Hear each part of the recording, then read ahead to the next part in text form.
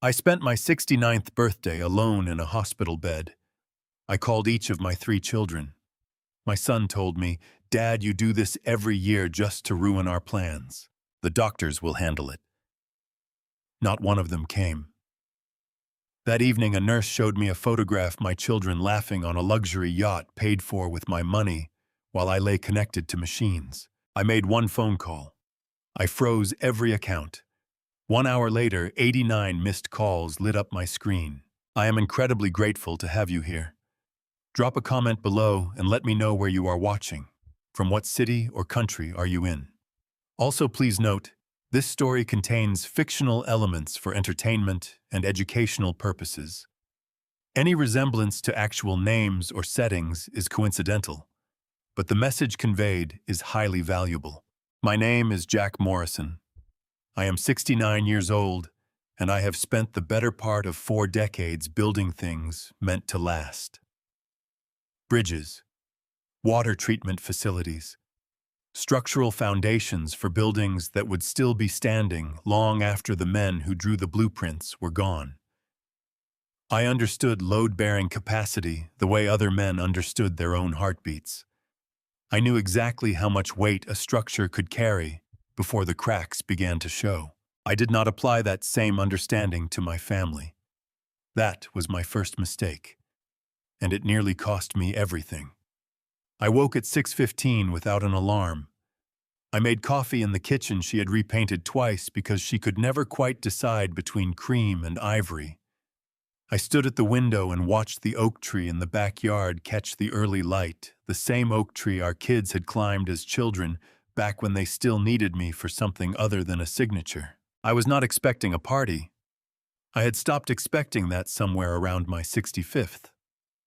Ryan had sent a text the week before saying they had planned something vague about a business opportunity that required all 3 of them to be in Scottsdale for the long weekend.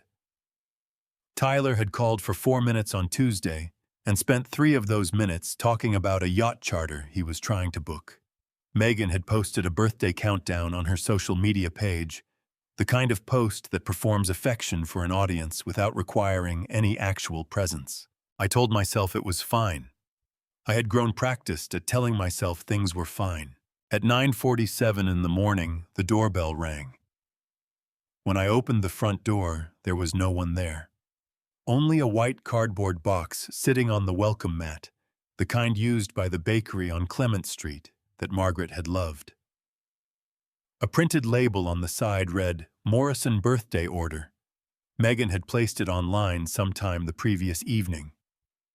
I knew because the confirmation email had been forwarded to my address by mistake, a detail she had not noticed. I carried the box to the kitchen table and opened it.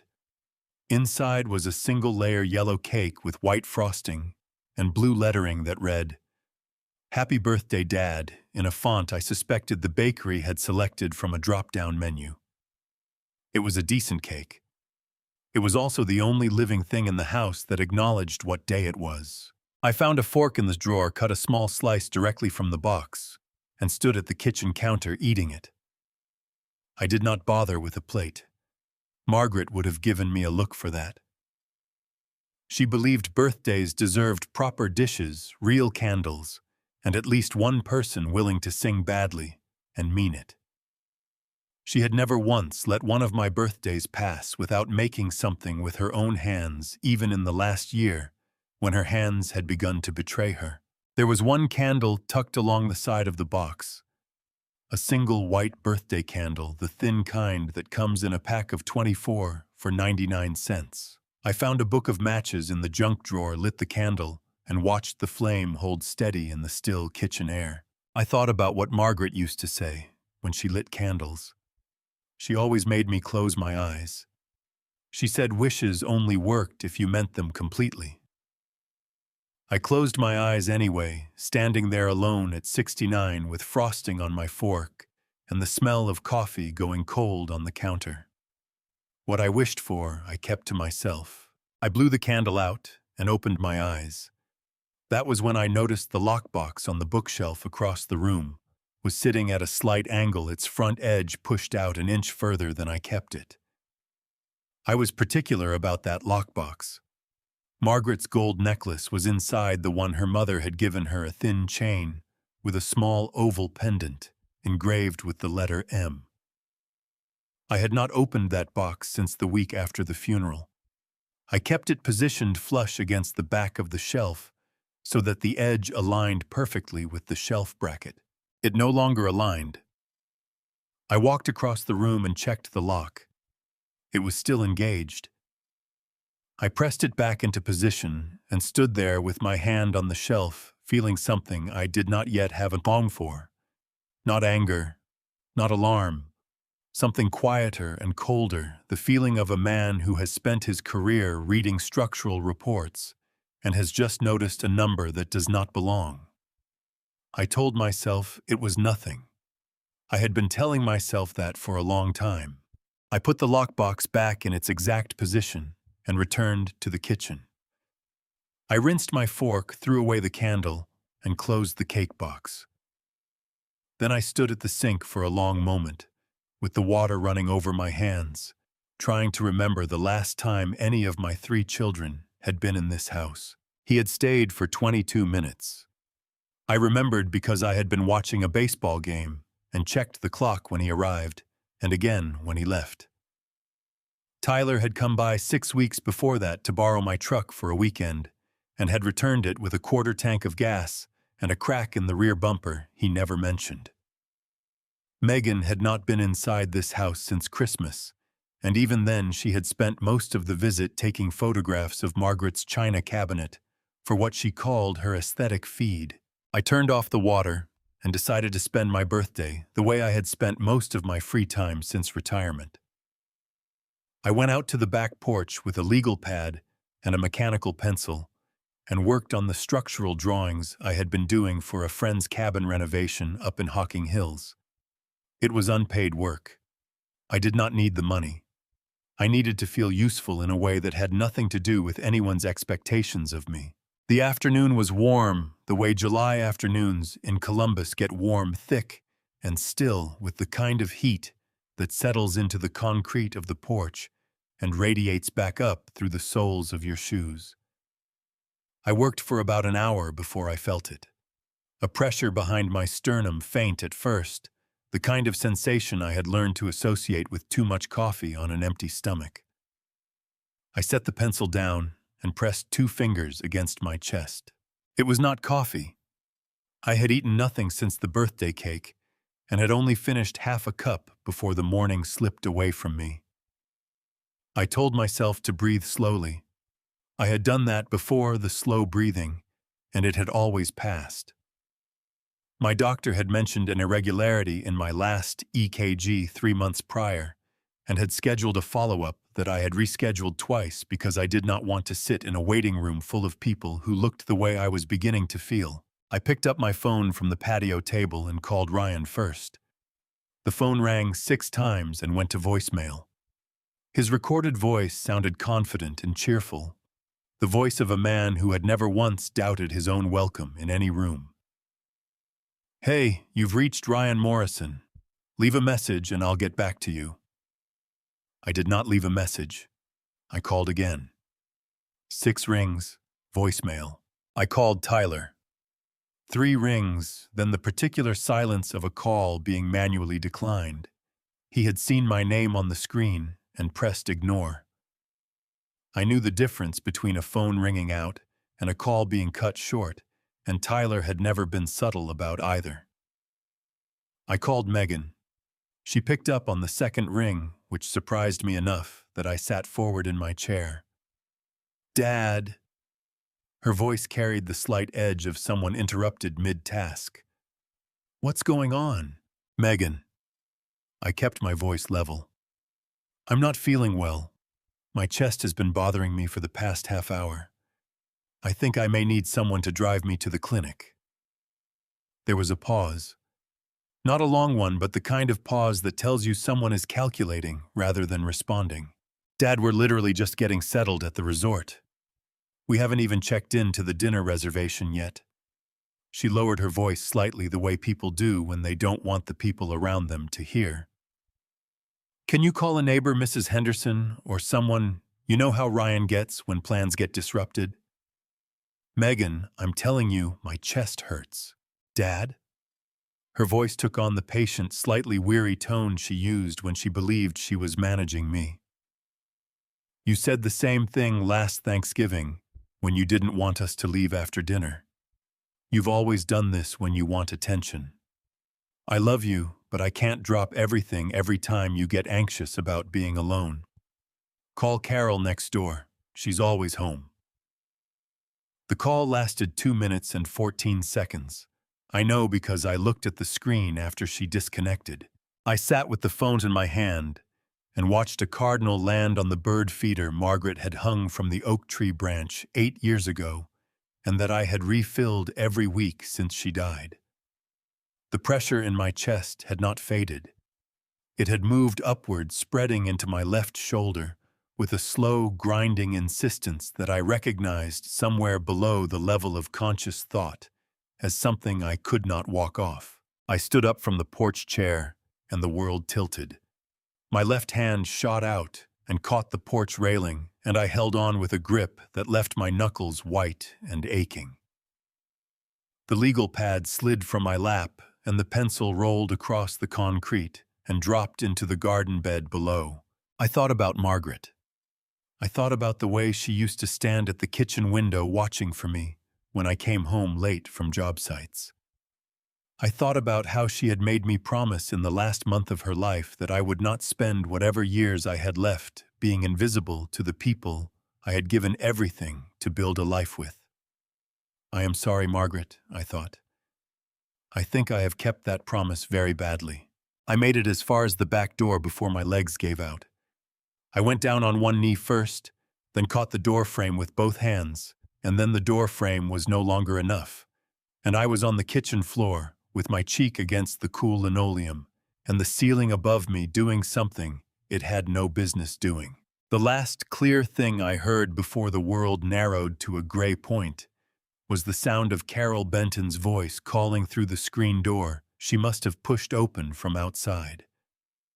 She was 72 years old, a retired school librarian who had brought me a casserole every week for 6 months after Margaret passed, and she was shouting my name with a force that suggested she had already been watching through her kitchen window and had already picked up her phone. Jack Morrison, you answer me right now. I'm calling 911 and I need you to stay awake. Do you hear me? Stay awake. I heard her. I tried to say so. I am not sure the words made it out. The last thing I saw before the lights went was the photograph of Margaret on the mantel across the room. She was 26 in that photograph, laughing at something just outside the frame, her hair caught by a wind that existed 43 years ago and nowhere else. She looked so certain that whatever was outside that frame was worth turning toward. I had not felt certain of anything in a very long time. The first thing I became aware of was the sound. A steady, rhythmic beeping that seemed to come from somewhere very close to my left ear, patient and indifferent. The kind of sound that does not care whether you find it comforting or not.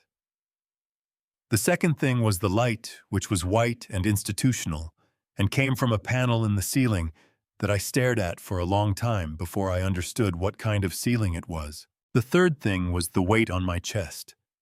Not pain exactly, but a deep, settled heaviness, as though someone had placed a sandbag over my sternum and walked away. A woman's voice said, "Mr. Morrison, can you hear me? Squeeze my hand if you can hear me." I squeezed. My grip was embarrassingly weak. In 40 years of fieldwork, I had shaken hands with ironworkers, concrete crews, and state inspectors, and not one of them would have recognized the pressure I managed in that moment. Good. The voice belonged to a young woman in blue scrubs who was checking a monitor above my head with the practiced efficiency of someone who had done it 10,000 times. "I'm Chloe. I'll be your nurse for the evening shift. You're at St. Matthew Medical Center. You came in by ambulance a few hours ago. Do you remember what happened?" I fell. I said. My voice came out rough and unfamiliar like a door that had not been opened in months. In my kitchen. That's right. Chloe adjusted something on the IV line running into my left arm. You had a cardiac event, Mr. Morrison. Dr. Evans will be in shortly to explain everything in detail, but the short version is that your heart went into a dangerous rhythm and you lost consciousness. Your neighbor called 911 quickly. That matters a great deal in situations like this. Dr. Evans arrived 12 minutes later.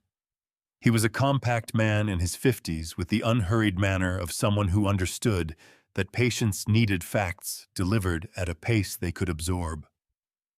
He explained that I had experienced acute decompensated heart failure, triggered by an arrhythmia, an abnormal electrical pattern in my heart that had caused it to pump ineffectively. The condition had likely been developing for months. The stress and dehydration of the afternoon had pushed it past the threshold my body could manage. We've stabilized you, he said, but you'll be with us for at least several days while we monitor your rhythm and adjust your medications. Is there family we should contact? My children, I said. Ryan Tyler and Megan Morrison. Their numbers are in my phone. He nodded. Chloe made a note. I gave them the numbers from memory, the way a father does when he has dialed those numbers 10,000 times over 30 years, and expects he will dial them 10,000 times more. Then I asked for my phone. Chloe hesitated for just a fraction of a second before she handed it to me.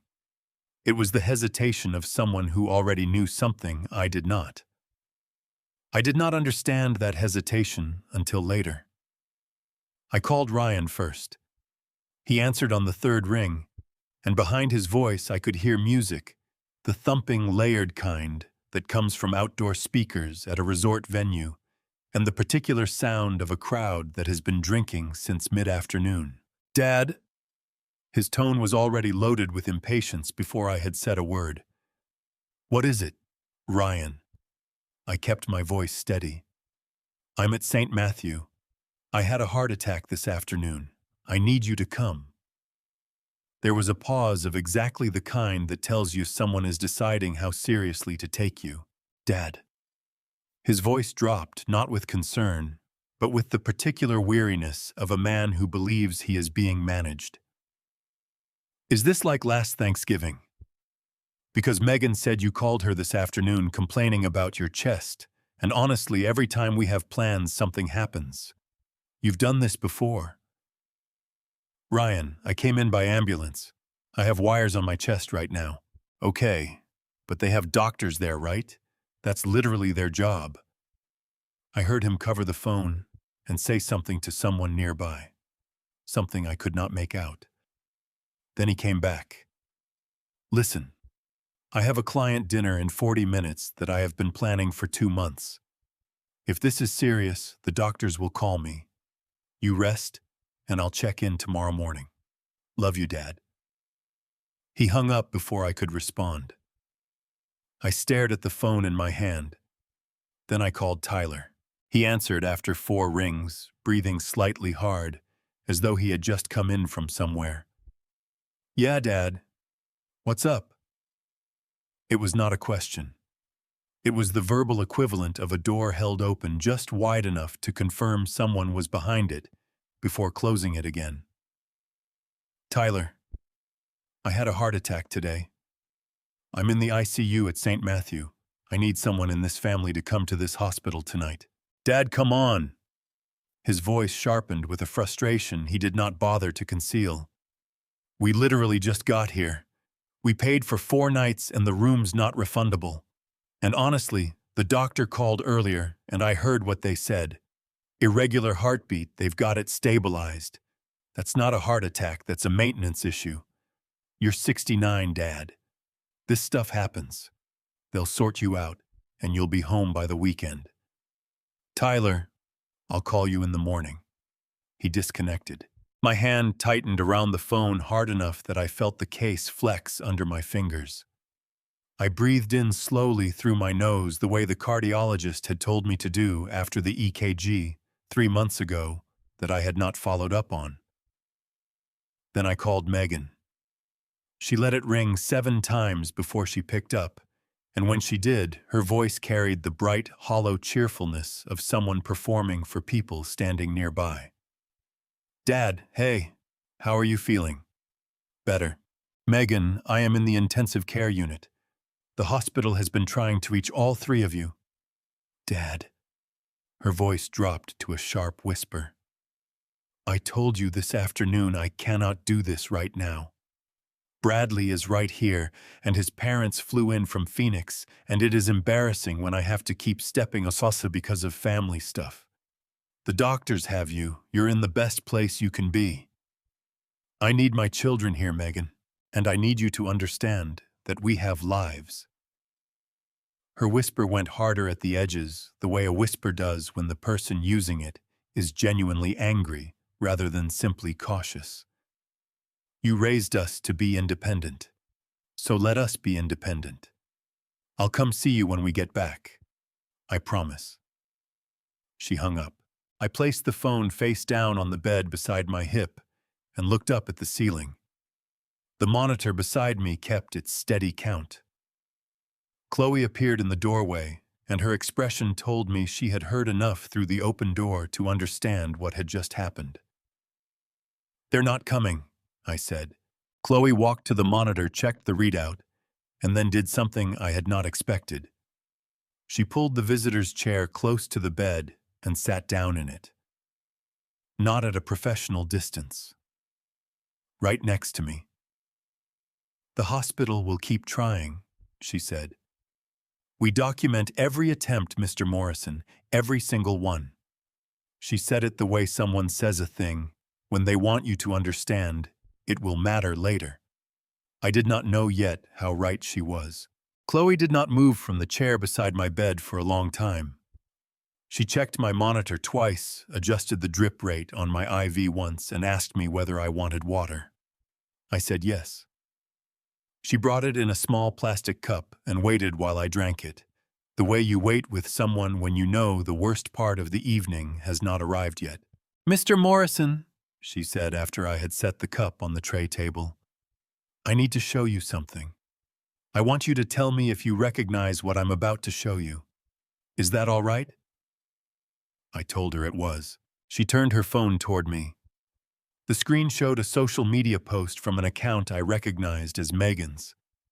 The photograph had been uploaded 47 minutes ago, time-stamped at 8:14 in the evening, roughly 3 hours after the hospital's first call had gone unanswered. It showed the 3 of them on the deck of a large white yacht, the kind that costs more per night than most people earn in a month. Ryan had his arm around a woman I recognized as his wife, Sarah. Tyler was holding a drink and laughing at something off camera. Megan was posed at the railing with the ocean behind her, her hair arranged with the careful carelessness of someone who had practiced the look. I looked at the photograph for a long time. I am an engineer. I have spent my career reading drawings, identifying the thing that does not belong, locating the point at which a design departs from its specifications. My eyes went to the details the way they always did, automatically and without instruction. That was when I saw it. Around Sarah's neck, just visible above the neckline of her dress, hung a thin gold chain with a small oval pendant. The pendant caught the light in the photograph in a way that made the engraved letter on its face clearly visible. The letter M. My chest tightened in a way that had nothing to do with my heart condition. Margaret's necklace had belonged to her mother, who had received it from her own mother before that.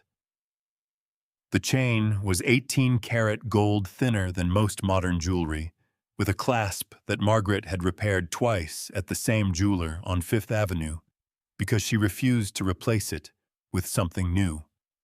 The pendant was hand-engraved, not stamped, which meant the letter sat slightly deeper on one side than the other.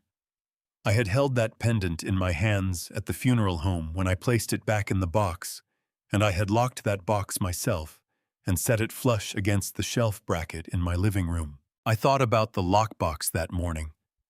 The edge pushed out an inch further than I kept it. "Chloe," I said, My voice came out lower than I intended. How long have you been assigned to this floor? 3 years, she said. Have you ever seen a man in my situation sign away something he spent his life building because he was too tired to fight? She met my eyes directly. Yes, she said. More than once. I need you to hand me my phone, I said. And I need you to stay in this room while I make 2 calls. I called Thomas first. My brother is 64 years old, a retired high school football coach from Ghana, who has never in his life arrived late to anything that mattered. He picked up on the first ring. Jack. His voice was alert in the way of someone who had been waiting. I heard from Carol Benton 2 hours ago. I've been in the car. I'm 12 minutes away. Something inside my chest loosened in a way the medication had not managed. Thomas, I said. When you get here, I need you to look at something on a phone screen and tell me whether you see what I think I see. I'll be there in 10 minutes, he said, and disconnected. I called Vance next. Howard Vance had been my attorney for 19 years. A precise and unhurried man who had written my will handled the deed transfer when Margaret and I paid off the house and reviewed every contract I had signed since my early 50s. He answered on the 4th ring with the carefully neutral tone of a man who has learned never to react before he has the facts. Jack, what's happened? I told him. I kept it short because my throat was still raw from the intubation tube they had removed before I regained full consciousness, and because Vance had always preferred facts over narration. When I finished, he was quiet for 3 seconds, which for Howard Vance represented significant deliberation. I want you to do nothing until I speak with the bank directly, he said. Do not sign anything. Do not respond to any calls from your children or anyone representing them. I'll contact First Midwest first thing in the morning and request an emergency account review. Howard, I kept my voice level. I need the accounts frozen tonight, not tomorrow morning. Another 2-second pause. All right, he said. I have a contact at the branch level who handles after-hours fraud escalations. I'll make the call within the hour. Jack, I need you to understand that once we do this, it cannot be undone quietly. I know, I said. You're certain. I looked at the photograph still open on Chloe's phone. Sarah's necklace. Margaret's necklace. The letter M catching the light above the deck of a yacht my children were riding on the night I had spent in the ICU. Howard, I said. Make the call. Thomas arrived 9 minutes later, still wearing his coaching polo and carrying the expression of a man who had driven fast and thought hard the entire way. He stood at the foot of my bed, looked me over. The way brothers do when they are checking for damage, they are not sure how to name, and then held out his hand for Chloe's phone. He studied the photograph for 11 seconds. I counted. Then he looked up at me and his jaw tightened in a way I had not seen on his face since our father's funeral. That's Margaret's necklace, he said. It was not a question. Yes, I said. Thomas set the phone down on the tray table with a careful, controlled motion that told me exactly how angry he was. A less controlled man would have thrown it. What do you need me to do? He said. Before I could answer, my phone began to ring. Then it rang again. Then a 3rd time in immediate succession, each call cutting off after 2 rings, as whoever was calling redialed with increasing urgency. I turned the screen over and read the names cycling across it. Ryan. Tyler. Ryan. Megan. Ryan. Vance had made his call. The accounts were frozen. Somewhere on a white yacht 3 hours from Columbus, 3 credit cards had just stopped working in the middle of what my children had decided was more important than their father's life. 89 calls came in during the first hour. I know because Thomas counted them while I rested. The same 3 people who had not answered 48 calls from this hospital were now calling me with a dedication they had never once applied to anything that did not directly benefit themselves. I did not answer a single one. Thomas pulled the visitor's chair close and counted the missed calls out loud, while I rested against the pillow with my eyes half open. He had always been methodical that way. As a football coach, he had charted every play of every game his team had ever lost, not because he enjoyed losing, but because he believed you could not fix what you refused to measure. 89, he said, finally setting the phone on the tray table. In 53 minutes. They found religion fast, I said. Thomas did not smile. He was looking at the screen with an expression I recognized from the few times in our lives when he had been genuinely frightened. Thomas did not frighten easily.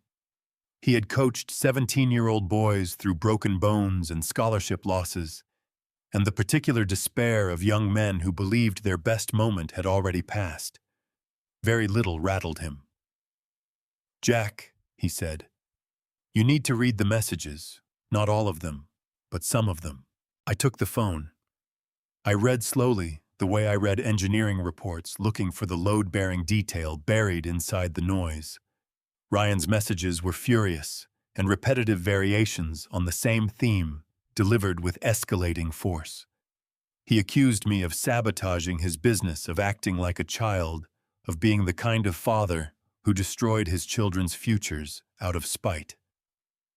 Tyler's messages were shorter and uglier, the kind of language that told you more about the person writing than the person being addressed. Then I reached the voice message from Tyler. 41 seconds long. I held the phone to my ear and listened.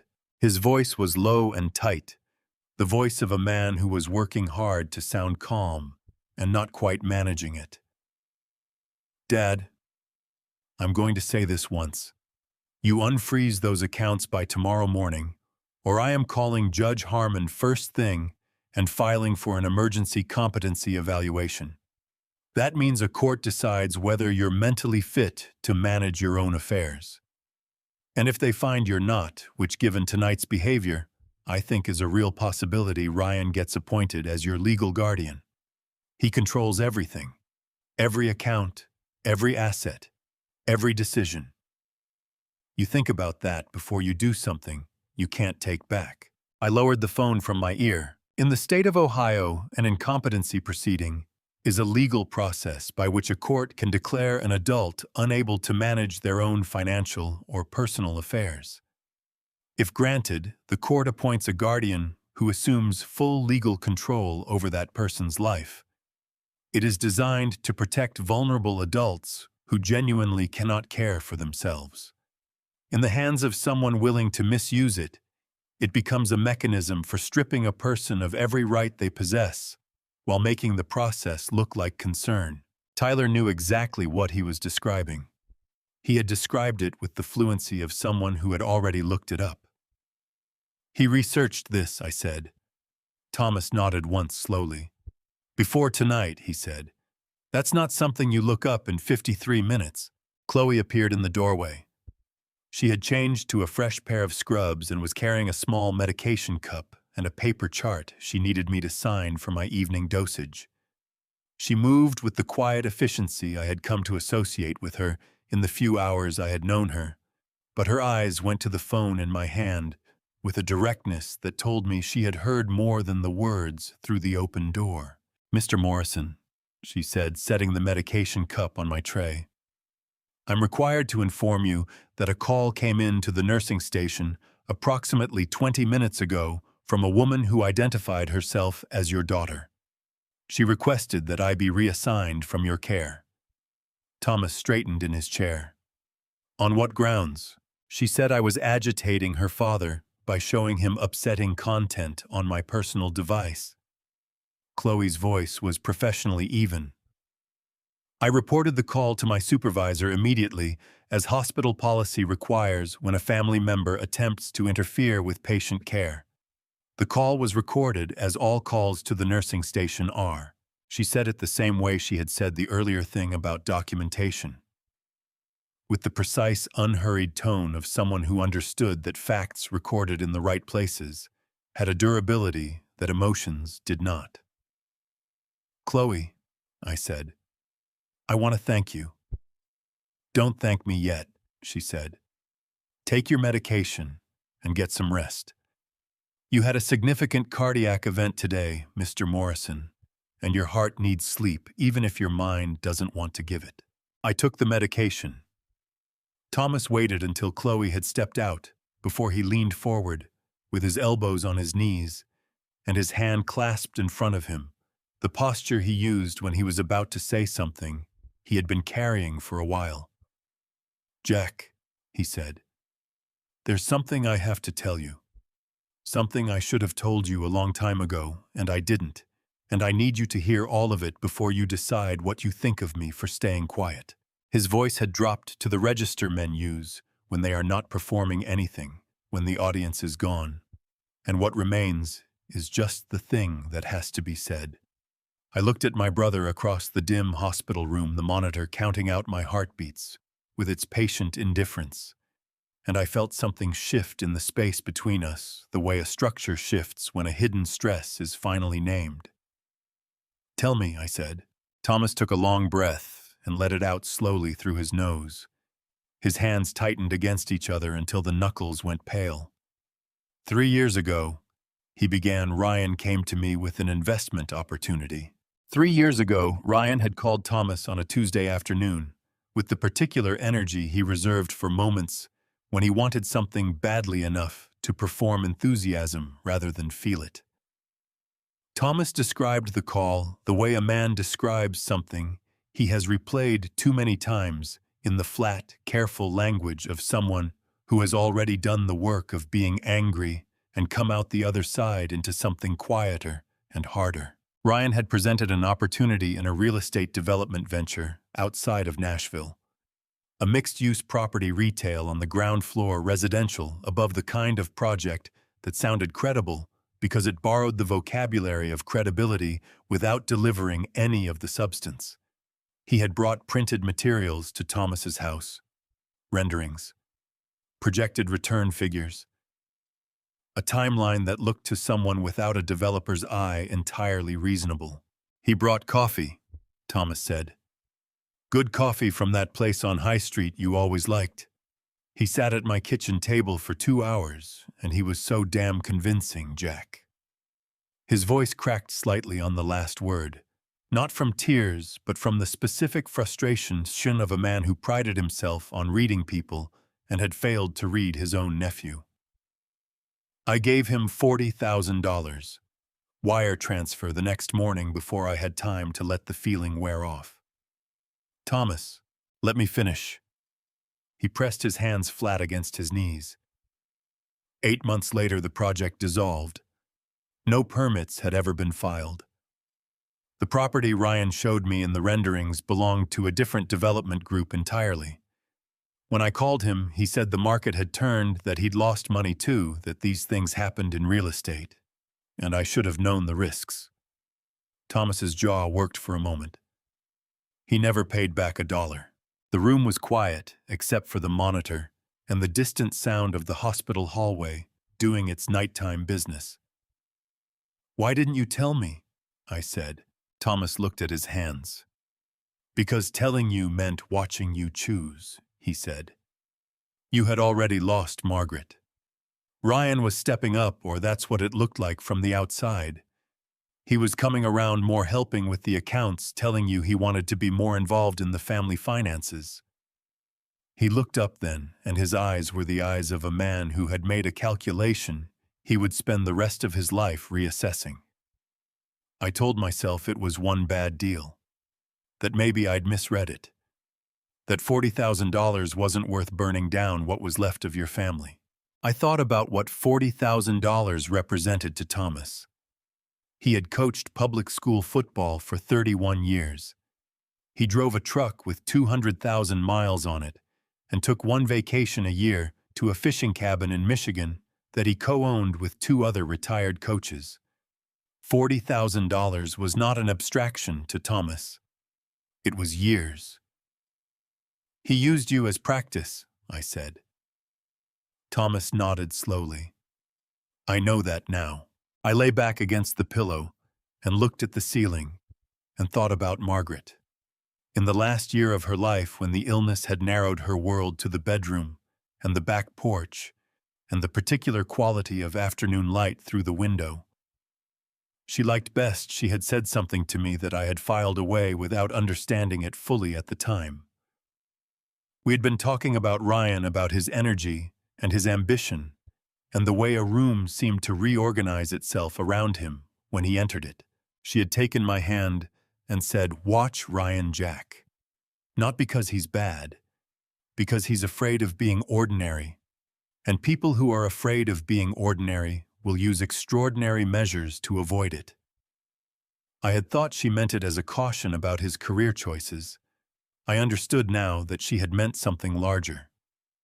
She knew, I said. Thomas looked at me. Margaret. She told me to watch him, a year before she died. My throat tightened in a way that had nothing to do with the intubation. I thought she was worried about him burning out. She was worried about what he'd burn down. Thomas reached over and put his hand on my forearm. He did not say anything. He did not need to.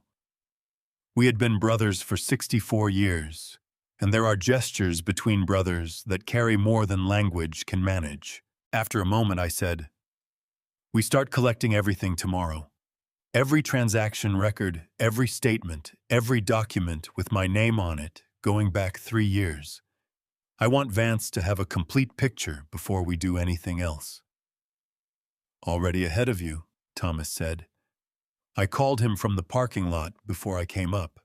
He's pulling account records tonight." As if on cue, my phone vibrated on the tray table. Vance's name on the screen. I answered and put him on speaker so Thomas could hear. Jack.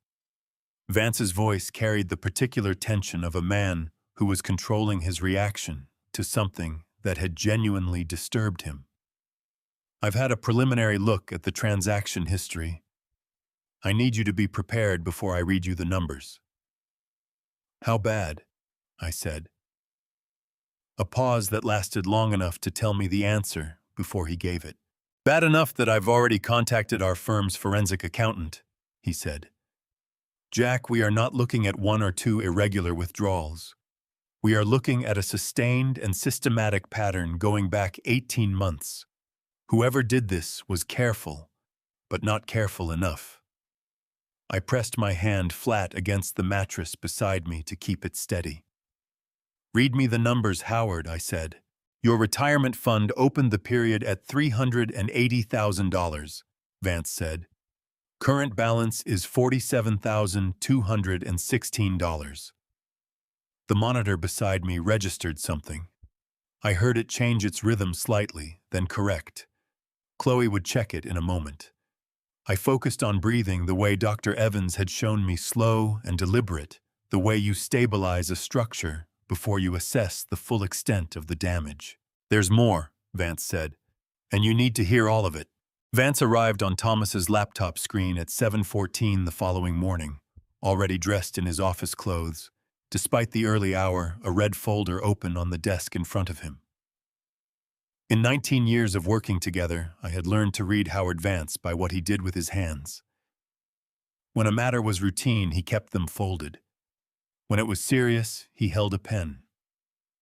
That morning he was holding the pen and tapping it against the folder with a rhythm that told me he had been awake for most of the night. "Before I begin," he said, "I want you to know that what I'm about to read you represents the findings of an initial review only. Our forensic accountant will need several weeks to produce a complete analysis. But the pattern is clear enough that I felt you needed the full picture this morning, rather than in a formal report 3 weeks from now." "Read it, Howard," I said. He opened the folder. The retirement fund I had built over 40 years of engineering contracts, careful investments, and the kind of compounding patience that my own father had taught me, with a ledger book and a kitchen table, had been drawn down through a series of electronic transfers beginning 18 months prior. Each transfer had carried an electronic authorization bearing my digital signature. The signature had been copied from a consulting contract I had signed electronically 4 years ago and embedded into the transfer requests, using a method Vance's forensic accountant had identified within the first hour of examination. In plain terms, Vance said, someone scanned your signature from an old document and reused it to authorize new ones. It is identity fraud under federal law, specifically 18 United States Code Section 1028, and it carries a maximum sentence of 15 years per count. Thomas made a sound beside me that was not quite a word. How many counts? I said. 14 confirmed transfers, Vance said. Funds went to 3 destinations. Ryan's company operating account received the largest share. A personal account registered to Tyler received a secondary allocation. A credit card account carried in Megan's name but linked to a billing address she has never lived at received the remainder. He paused and turned a page. There is also the matter of a credit card opened in your name using your Social Security number approximately 11 months ago. The current balance is $14,680. The minimum monthly payments have been drawn automatically from your personal checking account, the same account where your pension deposits and your part-time consulting income are received. Your credit score reflects this account as active and in good standing because the payments have never missed. You did not know this account existed. The number $14,680 sat in the air of the hospital room, like something with physical weight.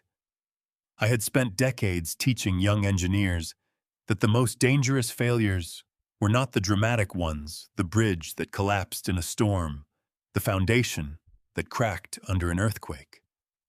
The most dangerous failures were the ones that looked fine from the outside, while something essential was being quietly consumed from within. There is one more item, Vance said.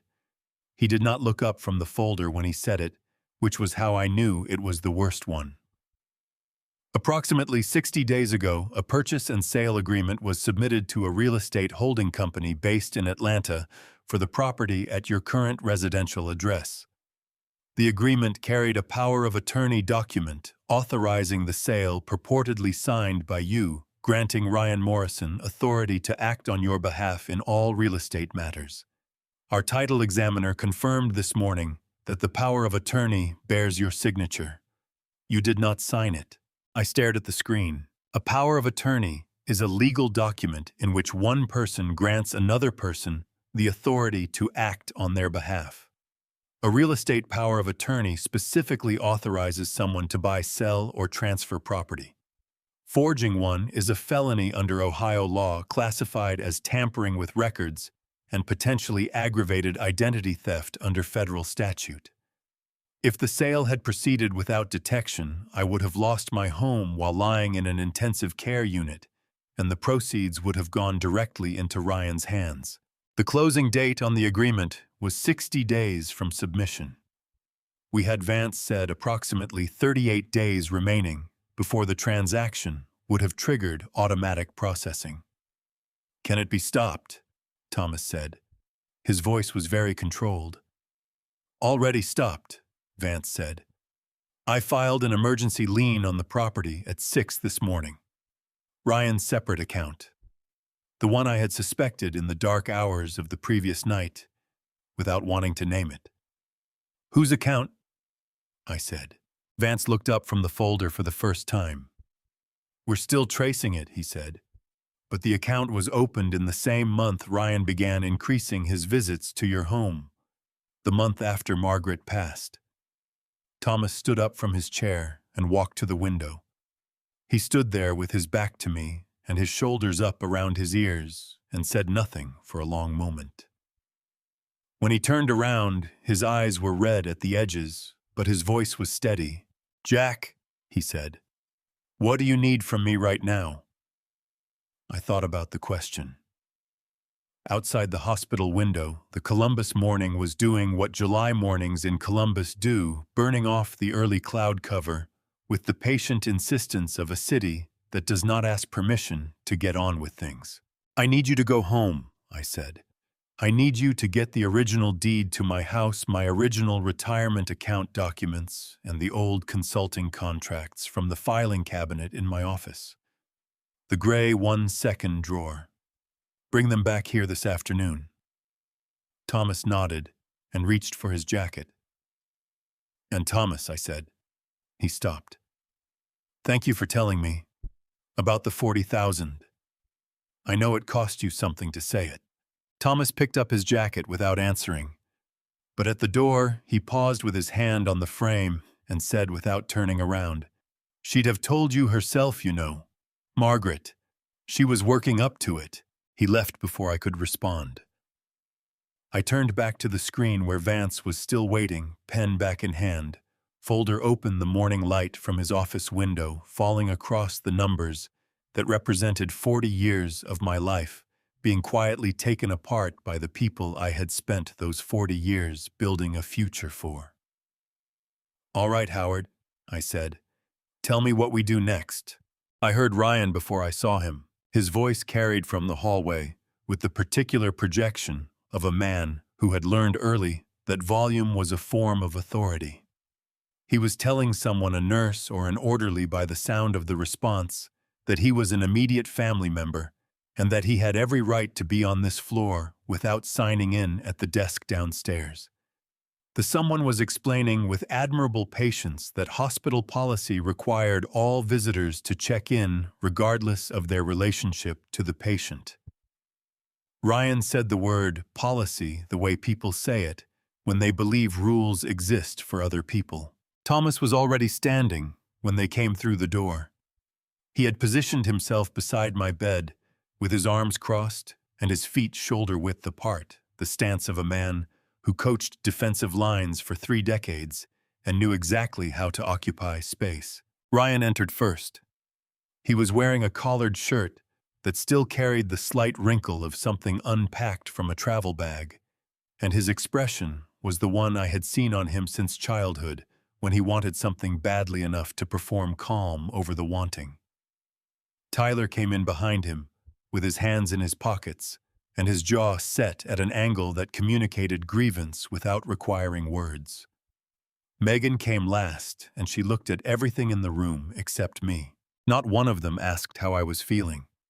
Ryan set a manila folder on the tray table beside my water cup and pulled the chair close to my bed without being invited to sit in it.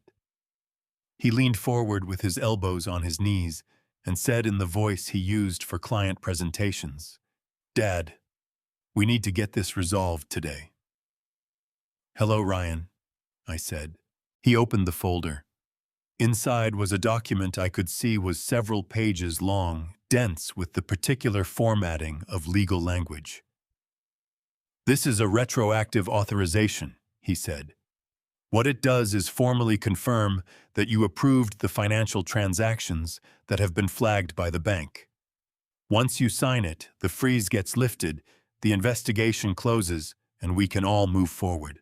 A retroactive authorization is a document designed to make past actions appear to have been consented to in advance.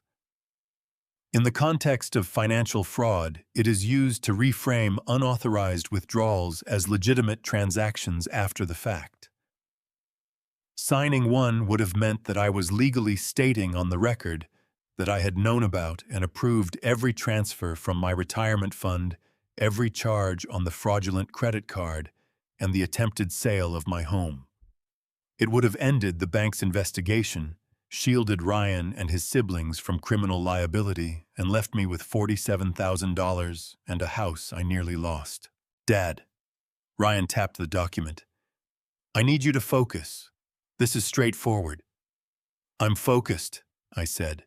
Tyler stepped forward from behind Ryan's shoulder. "Do you have any idea what you've done to us?" His voice had the raw edge of someone who had been drinking on a long drive home and had not slept. "You froze our accounts in the middle of a trip. Megan's card got declined at dinner in front of Bradley's parents. I had to call my buddy to wire me gas money to get home. Gas money, Dad. Like I'm 22 years old." "Tyler," Thomas said from his position beside the bed, His voice carried the particular quiet of a man who did not need volume to be heard. Tyler looked at Thomas and then looked away. "Stay out of this one," he said, but with less force than he had started with. Megan moved to the foot of the bed. She had been crying recently, or had arranged her face to suggest she had, and she pressed both hands against the bed rail, with her rings clicking against the metal. "Dad, I know you're upset," she said. "I know the last few days have been scary and confusing, and you feel like we weren't there for you. And I'm sorry about that, I truly am. But Ryan has worked so hard, and this authorization is the only thing standing between his company and a really serious cash flow problem. If you love us, you'll sign this today." Something moved through me at that last sentence that I did not try to name in the moment. I filed it away in the same part of my mind where I kept structural anomalies, things that needed to be examined carefully once the immediate situation was stabilized. "Ryan," I said, "what does the document say about the credit card opened in my name?" Ryan's expression shifted slightly. "That's a separate issue we can address. What does it say about the power of attorney used to list my house for sale? Dad, that's being handled. What does it say about the $47,000 remaining in an account that contained $380,000 18 months ago?" The room was quiet in the way rooms get quiet when the people in them have run out of prepared material. Ryan straightened in the chair, and his voice dropped to something harder underneath the presentation surface. "You are making a serious mistake," he said. "You are going to sign that document, or I am going to make sure that every person in this family understands that you chose to destroy us over a bookkeeping dispute." I looked at my oldest son. I thought about the bridge project I had worked on in my 32nd year of practice, a pedestrian overpass in Canton that had been built with substandard materials by a contractor who had been very convincing in the bidding process. I had caught it during inspection. The contractor had said I was being difficult. He had said it was a bookkeeping issue. He had said I was going to regret making his life hard over something so small. The bridge was never built. The contractor lost his license. Underneath the pillow beside my right hip, the small digital recorder that Chloe had helped me position before visiting hours began was capturing every word at a sampling rate of 44,000 hertz. Ohio is a one-party consent state, meaning that a recording is legal so long as one person present in the conversation has consented to it. I had consented to it. I reached out and closed the manila folder with 2 fingers. "Get out," I said. Ryan's face did something complicated. Tyler made a sound in his throat. Megan grabbed the bed rail hard enough that her knuckles whitened against the metal. "Dad," Ryan started. "Thomas," I said. Thomas stepped to the door and opened it. In the hallway, 2 members of the security staff were already waiting. Chloe had called them 14 minutes before my children arrived, which told me she had seen enough in 3 days to know how this visit was going to go. Ryan stood. He buttoned his jacket with the slow, deliberate motion of a man performing composure for an audience. At the door, he turned back and said, "You have no idea what happens to this family if you keep pushing." I looked at him steadily. "I know exactly what happens," I said. "That's why I'm pushing." He left. Tyler followed without another word. Megan paused at the threshold and said in a voice so low I almost missed it, "I never thought you'd do this to us, Dad." She was gone before I could tell her that I had not done anything to them yet. 2 hours later, a man in a gray suit appeared in the doorway carrying a leather briefcase and introduced himself as my attorney. I had never seen him before in my life. The man in the gray suit was good at his entrance. He came through the door with the unhurried confidence of someone accustomed to being the most prepared person in any room, set his briefcase on the floor beside the visitor's chair, with a precise click, and introduced himself as Gerald Marsh, attorney at law, retained to assist me with the financial matters currently under review. He handed me a business card. The card was heavy stock cream colored with embossed lettering. It looked professional because someone had spent money making it look professional, which is not the same thing as it being real. I had called Vance 40 minutes earlier after Ryan and the others left and asked him a question that had been forming in my mind since the moment I heard Ryan's voice in the hallway. I asked whether Ryan might try to send someone to the room after the direct approach failed. Vance had said yes immediately and without qualification, the way he said things, when he had already considered the possibility and found it probable. He told me what to do if that happened. He gave me one question to ask. He said the answer or the absence of one would tell me everything I needed to know.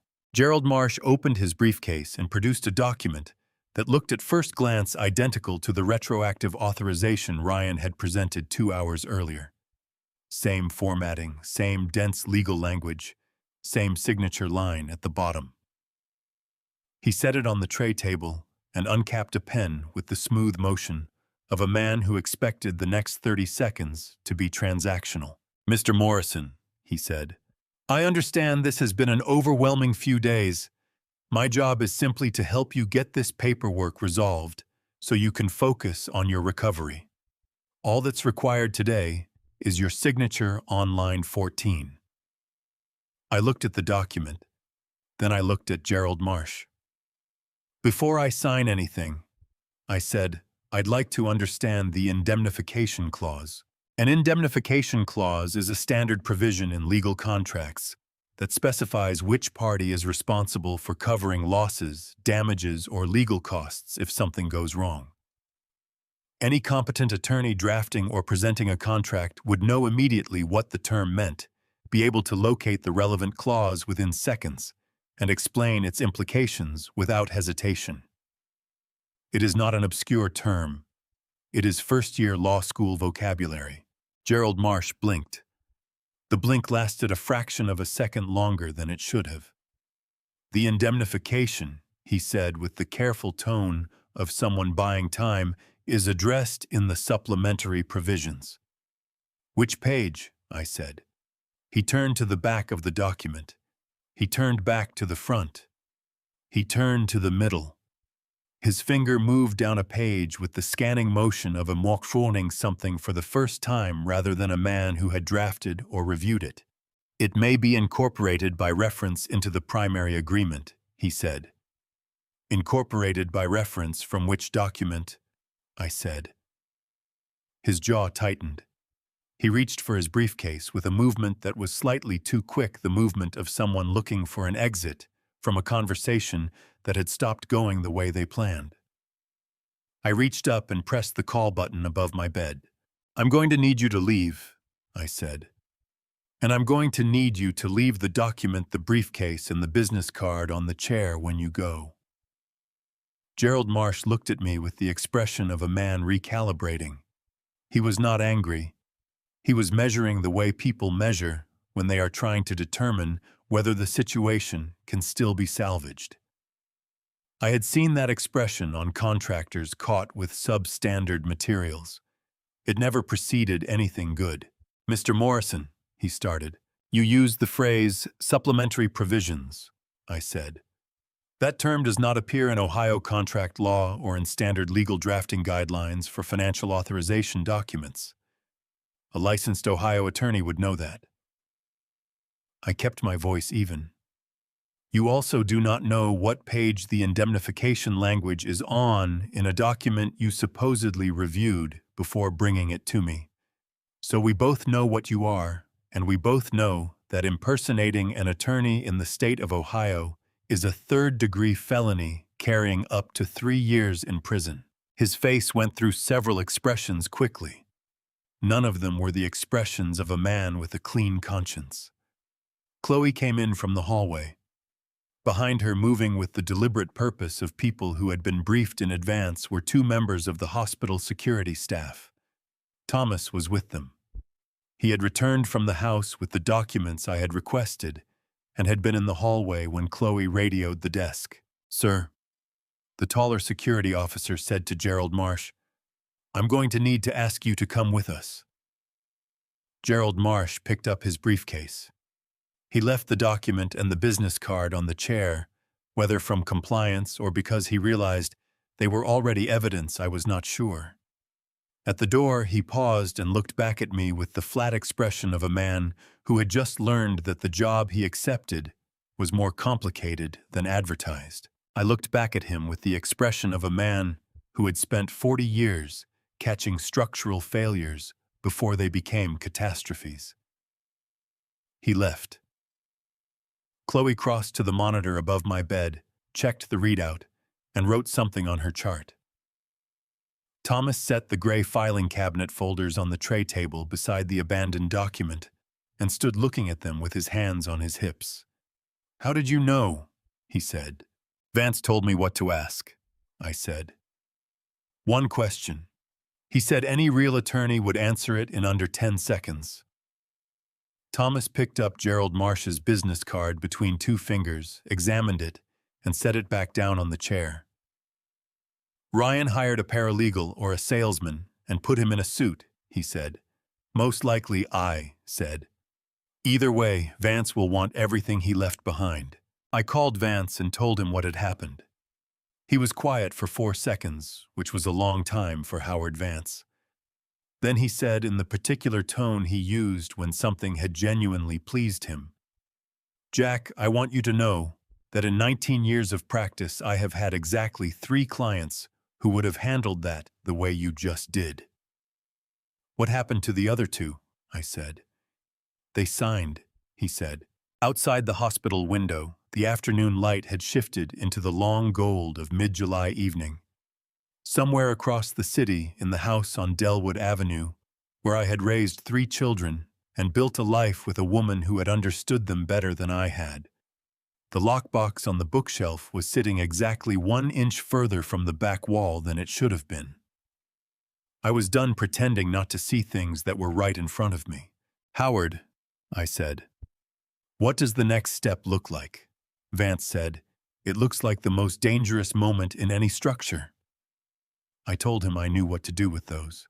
Dr. Evans discharged me on a Thursday morning with a folder of medication instructions, a follow-up appointment card for the cardiology clinic, and the particular look physicians give patients they want to say more to, but cannot within the boundaries of what medicine can prescribe. He shook my hand at the door of the room and held it a second longer than a handshake requires. "Mr. Morrison," he said, "whatever you're walking into out there, walk into it slowly.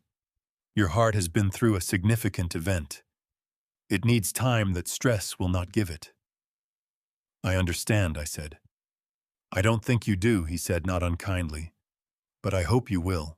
Thomas drove me to Franklin Street in his truck, the one with 200,000 miles on it, that he kept running through a combination of mechanical knowledge and what I suspected was sheer personal stubbornness. The house was a 3-bedroom brick colonial he had lived in for 22 years, modest and well-kept, with a front porch that caught the afternoon shade, and a garage full of the organized equipment of a man who had always known exactly what he owned and where he kept it. He had cleared the downstairs study and moved in a bed, a proper one, with a firm mattress he had driven to the furniture store to select in person the day I was admitted.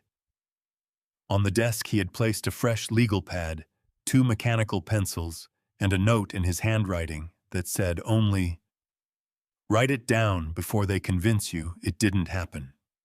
I stood in the doorway of that room for a long moment.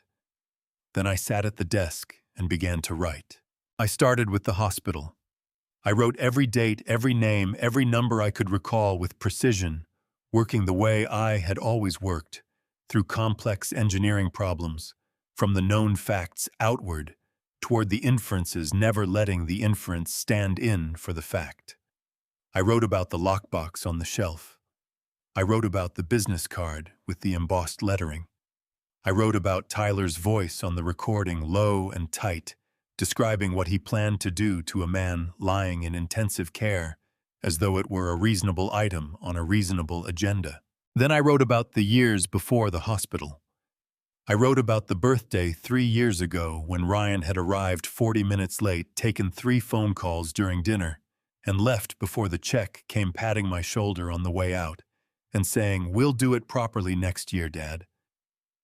I wrote about the summer Tyler had borrowed my truck for what he said was a weekend camping trip and returned it 6 days later with the rear axle making a sound that cost me $800 to diagnose and repair, a cost he never offered to cover. I wrote about the Christmas when Megan had spent 4 hours photographing Margaret's china cabinet for her social media page and 40 minutes at the actual dinner table. The anger that came up while I wrote surprised me with its heat. I had spent so long managing it down into something cooler and more useful that feeling it directly on the page in that quiet room on Franklin Street felt almost physical. My hand pressed harder against the legal pad. The mechanical pencil left deeper grooves in the paper. I was still writing when Thomas knocked on the study door at 2 in the afternoon and said there was someone at the front door asking for me. I knew before I reached the hallway. Something in the particular quality of Thomas's voice, the way he said it without inflection, told me it was not someone delivering good news. Megan was standing on the front porch in a pale blue dress, her hair down her face composed into the expression she used when she needed something, and had decided that softness was the most efficient tool. She had been crying, or had arranged the evidence of crying with the same care she arranged everything intended for public viewing. "Dad," she said, and her voice broke on the single syllable with what sounded on the surface like genuine grief. I stood in the doorway and looked at her. I looked at the small brooch on her collar, slightly larger than decorative brooches, typically are positioned at an angle that would have given its lens a clear sightline to anyone standing in the doorway. In my engineering career, I had reviewed security specifications for dozens of commercial buildings. I knew what a covert recording device looked like when it was not quite hidden well enough. Her composure fractured. Not completely, but enough. Her hand moved involuntarily toward the brooch and then stopped, which told me everything I needed to know about whether I had been right. "I just want to talk to you," she said, and the softness in her voice had gone harder at the edges, the way it always did when the performance was no longer working. "I know," I said. "Goodbye, Megan."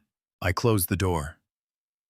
I stood in the hallway with my hand on the knob until I heard her footsteps leave the porch, and then I went back to the study and added the brooch to the legal pad with the date and a precise description of its position on her collar. That evening, Thomas pulled up the feed from the security cameras he had installed along the perimeter of the property the previous winter after a neighbor's garage had been broken into. He scrolled back through the overnight footage from 2 nights prior and then turned the laptop screen toward me without comment. The camera above the side gate had captured a figure moving along the fence line at 2:14 in the morning. The figure paused at the gate latch, tested it, found it locked, and stood for a moment with their hands on the fence rails in the particular posture of someone making a decision. Then they turned and walked back toward the street. The camera angle was sufficient to capture the jacket, the build, and the partial profile. Thomas and I looked at the screen for a moment. "Tyler," I said. "Tyler," Thomas confirmed. Thomas had already sent the footage to Vance before showing it to me. That was the kind of brother he was. He dealt with the practical thing first and let me have the emotional experience of seeing it second when the damage had already been contained. I added Tyler's name to the legal pad beneath Megan's entry with the timestamp and a note that the footage had been preserved and transmitted to counsel. Then I looked at what I had written over the course of that first day at Franklin Street. 6 pages of close handwriting, covering everything from the birthday cake on the doorstep to the man in the gray suit who did not know what indemnification meant. Thomas appeared in the doorway with 2 cups of coffee and set one on the corner of the desk without interrupting. He looked at the legal pad and then at me. "How are you doing?" he said. It was the first time anyone had asked me that question, and meant only that question with no other agenda underneath it, in longer than I could accurately remember. "I'm doing," I said. He nodded, satisfied with that, and went back to the kitchen. I picked up the mechanical pencil and kept writing. 9 months is a long time to be quiet when you have something to say. I learned that in the first week at Franklin Street, when the urge to call Ryan and tell him exactly what I knew and exactly what was coming was so strong that I had to physically set my phone on the highest shelf in the study and leave the room. Vance had been clear on the point. Evidence first. Everything else later. A man who announces what he knows before he can prove it gives the other side time to prepare. A man who waits gives them time to make more mistakes. Ryan made mistakes. The first significant piece of evidence arrived in late August, 6 weeks after I left the hospital. The bank's fraud investigation unit sent Vance a certified forensic analysis of the electronic signatures on the 14 transfer authorizations. The analysis confirmed what Vance's accountant had suspected. Each signature had been digitally extracted from a consulting contract I had signed electronically in the spring of 2020, a document that had passed through Ryan's hands when he helped me set up my home office computer system that same year. He had been in my house at my desk with access to my files, and I had thanked him for the help. The analysis was 43 pages long. On page 11, it used the phrase digital forgery with the particular clinical certainty of a document that will hold up in federal court. In September, St. Matthew Medical Center provided a certified call log documenting every contact attempt made during my 3-day stay in the ICU, 48 attempts in total. Each one time-stamped, each one marked with its outcome. Unanswered. Unanswered. Unanswered. The 7th entry read, call answered. Duration 53 seconds. Caller identified as patient's son, Ryan Morrison. Disposition caller declined to return, requested hospital manage situation independently. Vance had the log notarized and added to the evidence file. Carol Benton drove to Franklin Street in October with a written statement she had prepared herself in longhand on 3 pages of yellow notepad paper. She described the afternoon of my birthday with the precise sequential memory of a woman who had been a librarian for 31 years and understood the importance of getting the order of events right. She described looking through her kitchen window and seeing me go down. She described pushing through my unlocked back door. She described the exact words she said when she called 911, including the time on her kitchen clock, which read 4:47 in the afternoon. She handed me the statement, and then she took both my hands in hers and held them for a moment, without saying anything. Then she said, "Jack Morrison, Margaret would be so angry right now." She said it the way people say things that are true and painful, and also somehow clarifying. I thanked her for coming. She told me not to thank her and drove home. By November, Vance had confirmed the fraudulent credit card through the issuing company's fraud department. The account had been opened online 11 months prior using my social security number, my date of birth, and my home address. The application had been submitted from an IP address registered to Ryan's company offices on Broad Street. The credit card company removed the account from my credit record and issued a formal confirmation letter that Vance added to the file. December brought the cardiac rehabilitation program Dr. Evans had prescribed 3 sessions a week at the Ohio Health Facility on 4th Street. I drove myself after the first 2 weeks when the cardiologist cleared me for independent activity. I sat in a room with 6 other people who had survived cardiac events and worked through monitored exercise protocols, while a technician named Dennis watched our heart rhythms on a screen and called out encouragement in the particular tone of someone who genuinely meant it. I liked Dennis. He never asked what had caused my event. He only asked how I was doing today and he accepted whatever answer I gave without pushing for more. In January, Vance filed the identity theft complaint with the Federal Trade Commission and submitted a formal dispute package to all three major credit bureaus. The dispute cited the fraudulent credit card, the forged signatures on the transfer authorizations, and the forged power of attorney on the property sale attempt. The credit bureaus were required by federal law to investigate within 30 days and to mark the disputed items as under review on my credit file in the meantime. February brought something I had not anticipated. Ryan sent a check to my old address for $3,000 with a note that said only, "For any inconvenience caused during a difficult period." Vance intercepted it through the mail forwarding I had established and added it unopened to the evidence file with a note of his own. An unsolicited payment following the initiation of a fraud investigation can constitute an implicit admission of liability. We did not cash it. Through the winter and into the early spring, I watched Ryan's company from a careful distance. The way you watch a structure you know is overloaded. His social media presence became louder as the months passed, the posts more frequent and more emphatic. The announcements of deals and partnerships and growth projections carrying the particular energy of a man who needed people to believe things were going well.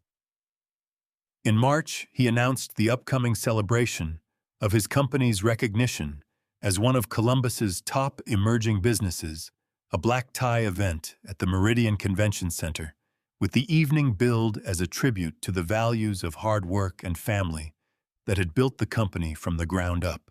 My photograph appeared in the promotional material. Thomas brought me the printed invitation on a Tuesday morning in early April, setting it on the desk beside my legal pad, with the same careful motion he used for everything he needed me to look at, without being told how to feel about it first. I picked it up. On the front beside a photograph of Ryan shaking hands with someone in a suit was a smaller photograph of me at what appeared to be a family dinner several years ago, smiling at something outside the frame.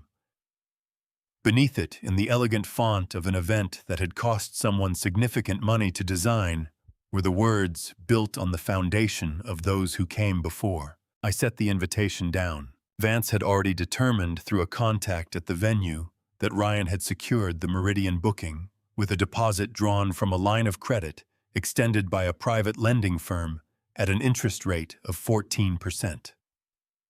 The remaining costs of the event, catering, lighting, audiovisual production, a performance by a local band, had been financed through a second short-term business loan due for repayment within 60 days of the event date. Ryan's company did not have the liquidity to service both loans simultaneously without the infusion of capital he expected to receive from Mr. Sterling's investment group following the evening's presentation. The entire event was a single elaborate bet placed with borrowed money by a man who was running out of time. I picked up the phone and called Vance. "Let them have the party," I said. Vance was quiet for a moment. "Jack," he said, "are you certain?" I looked at the legal pad on the desk, 9 months of documented facts stacked in a pile beside it that was 4 inches thick. I thought about 48 unanswered calls.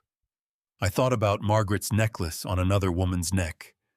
I thought about the lockbox sitting 1 inch out of position on a shelf in a house that someone had tried to sell while I was unconscious.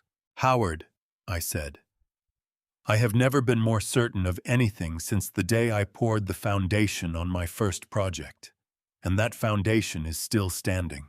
Before I reveal my plan to expose those who betrayed me at the absolute peak of their success, comment 'still here' below so I know you're still tracking with me. And please note the following events include some dramatized elements for suspense and may not completely reflect real-world outcomes. If this style of content isn't for you, feel free to turn off the video right now." Vance spent 3 days in contact with the Meridian Convention Center before he told me what he had arranged. The venue manager was a practical woman named Diane Kowalski, who had been running events at the Meridian for 11 years and had seen enough corporate celebrations go sideways to have developed what Vance described as a healthy professional skepticism about last-minute complications.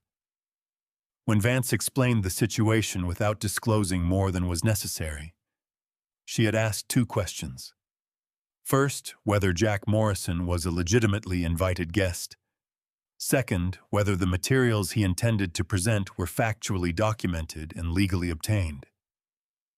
Vance had answered yes to both. Diane Kowalski had said in that case she saw no barrier to accommodating a guest who wished to use the presentation system during the program, provided the guest coordinated directly with her audiovisual technician. The audiovisual technician was a 26-year-old named Pete Garland, who had grown up 3 blocks from Thomas's house on Franklin Street and had mowed Thomas's lawn for 4 summers in high school. Vance prepared the presentation file himself, working with our forensic accountant, over 2 evenings to assemble the evidence into a sequence that a room full of people who knew nothing about the case could follow in real time. Timestamps, call logs, account statements, the certified bank analysis with the phrase digital forgery visible on the projected slide. He sent the file to Pete Garland on a Thursday morning, and Pete confirmed it had loaded into the venue system and was queued behind Ryan's own presentation file accessible with a single keystroke. On Friday afternoon, Thomas drove me to the Meridian to walk the room. I wanted to know the sight lines from the stage, the position of the exits, the distance between the podium and the nearest security station. Old engineering habit. You do not walk into a structure you have not inspected. The ballroom was larger than I expected. Round tables for 200 a stage at the far end, with a projection screen wide enough to be read from every seat in the room. Along the left wall, a row of easels displayed blown-up photographs of Ryan's company milestones. Along the right wall, a bar setup and a donation table with a sign that read Morrison Family Scholarship Fund in the same elegant font as the invitation. I stood at the donation table for a long moment. Vance had confirmed 3 days earlier that no scholarship fund by that name had been registered with the Ohio Attorney General's charitable organization database, which is required by law for any entity soliciting public donations in the state of Ohio. The ticket revenue and any donations collected that evening were routing directly into Ryan's business operating account. Several of the corporate sponsors listed on the event program had contributed based on representations that the evening's proceeds would support local students. The principal of my former high school had agreed to speak because Ryan had told him the event would help pay my outstanding medical bills. None of those things were true.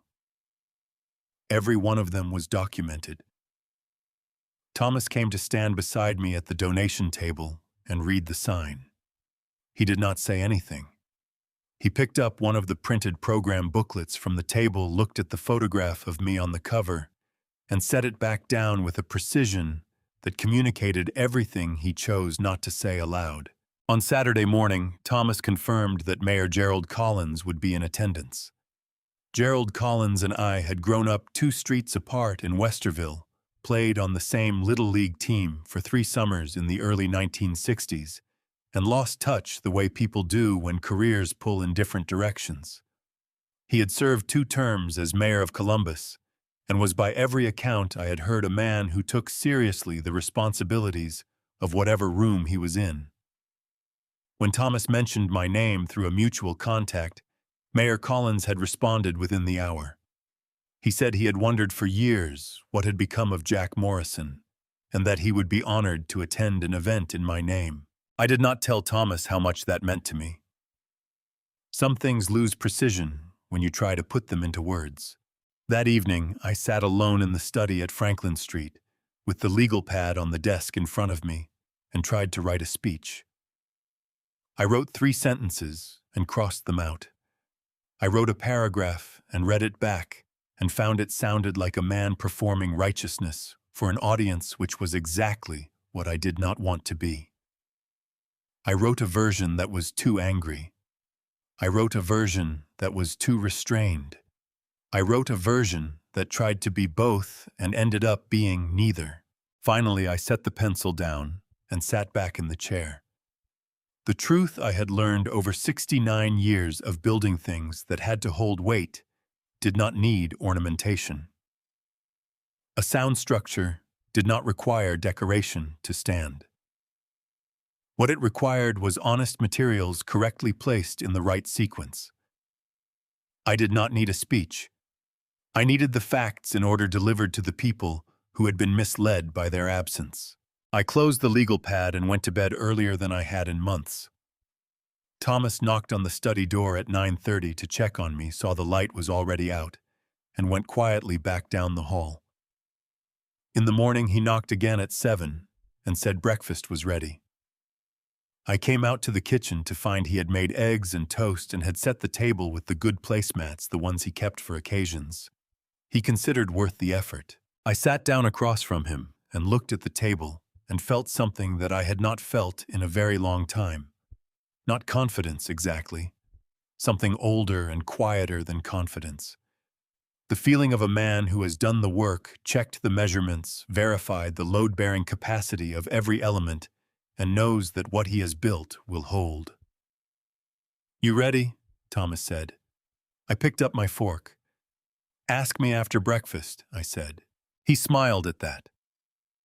It was the first time I had seen him smile in 9 months, and it looked on his face like something that had been waiting a long time for the right occasion to come back. After breakfast, Thomas brought the wheelchair from the back bedroom and set it in the hallway. I looked at it for a moment. The cardiologist had said it was advisable for extended standing events given my current recovery status. I had not sat in a wheelchair in my life before the hospital, and I did not particularly enjoy the idea, but I thought about walking into that ballroom. I thought about 200 people who had come expecting one version of the evening and what it would mean for them to see a 69-year-old man in a wheelchair roll through those doors when Ryan had spent 9 months telling anyone who would listen that his father was confused, unstable, and being manipulated by a bitter uncle with a grudge. I sat down in the wheelchair. Thomas helped me into the navy vest I had set out the night before, the one Margaret had given me for our anniversary 7 years ago, and that still fit the way good things do when they are made to last. He straightened the collar without being asked to. "She'd want you to wear that one," he said. "I know," I said. He pushed the wheelchair toward the front door, and the evening began. The Meridian Convention Center was lit, the way Ryan had always liked things, lit brightly, expensively, in a way that left no shadows and gave the impression that everything inside was exactly as it appeared. Chandeliers that cost more per fixture than most families spent on a month of groceries. White linen on every table. A floral arrangement at the entrance that I recognized from 40 years of attending corporate events as the kind that gets ordered when the person paying for it needs the room to communicate success rather than simply host it. Thomas pushed my wheelchair through the main entrance at 7:43, 17 minutes after the program was scheduled to begin. Vance had advised arriving after the room was full. A man in a wheelchair entering a crowded room commands attention without asking for it, and attention at that particular moment was something I needed the room to give me before Ryan had the opportunity to manage it. The effect was immediate.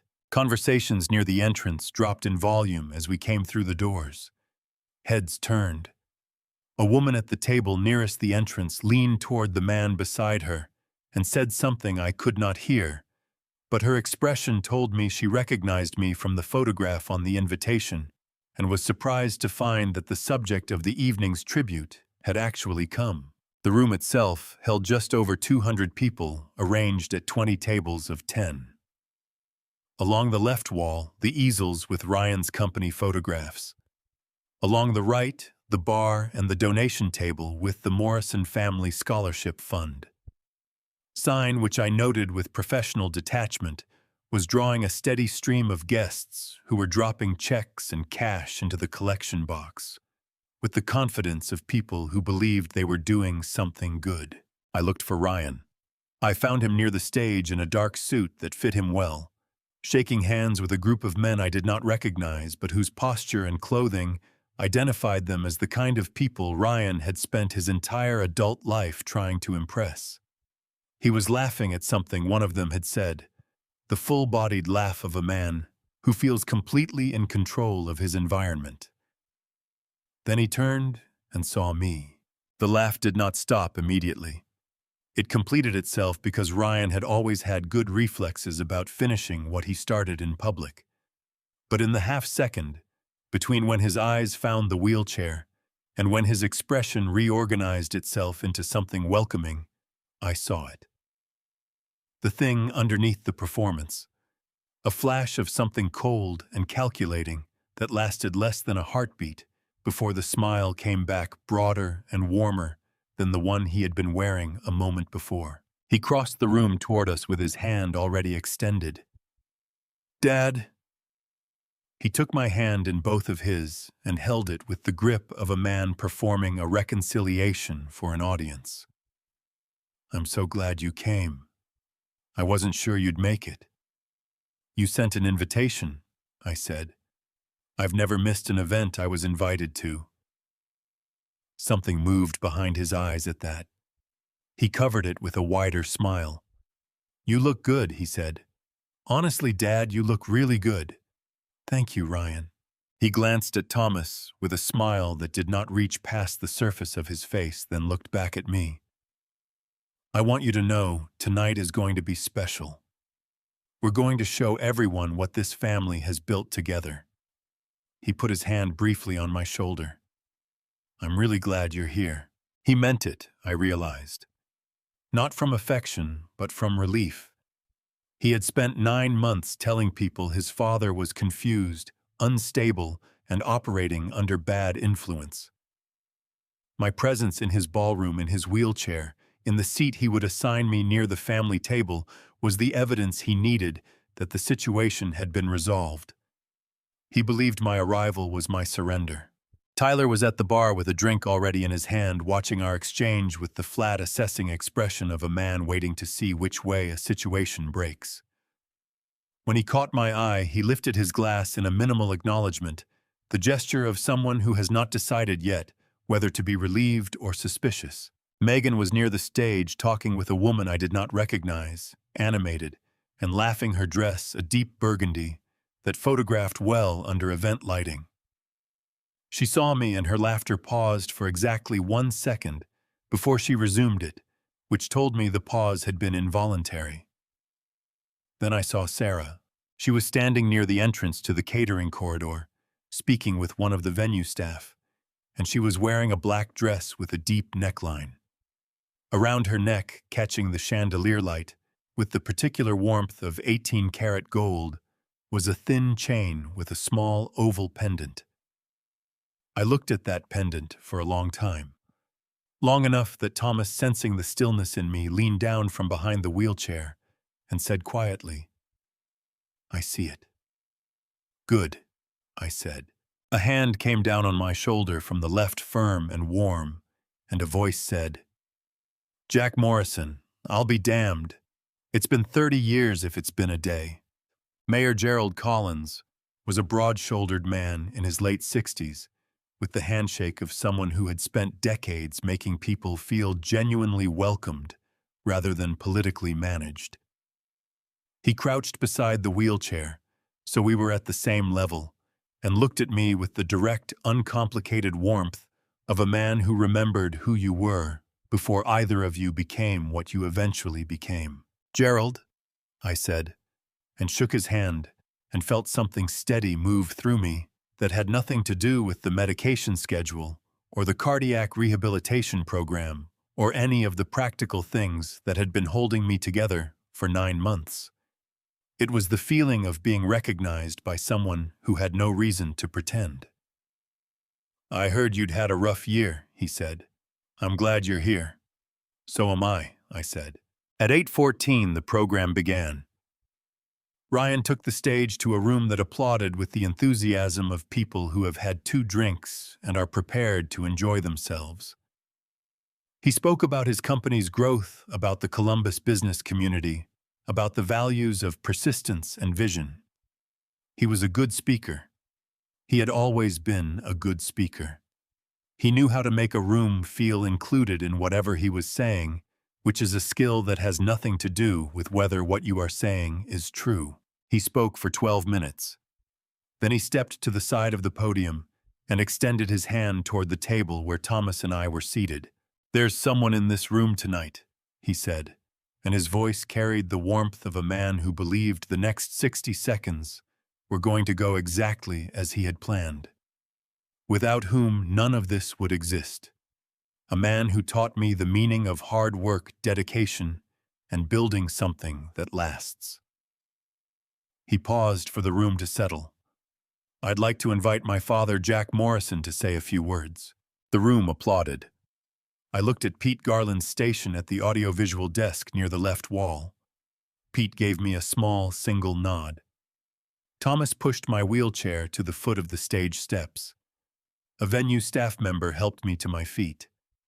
I climbed the 3 steps slowly, the way my cardiologist had advised me to climb any steps, and crossed to the podium, while 200 people watched with the expectant warmth of an audience that had been well prepared to feel good. Ryan handed me the microphone with a smile that was the most expensive thing in the room. I looked out at 200 faces.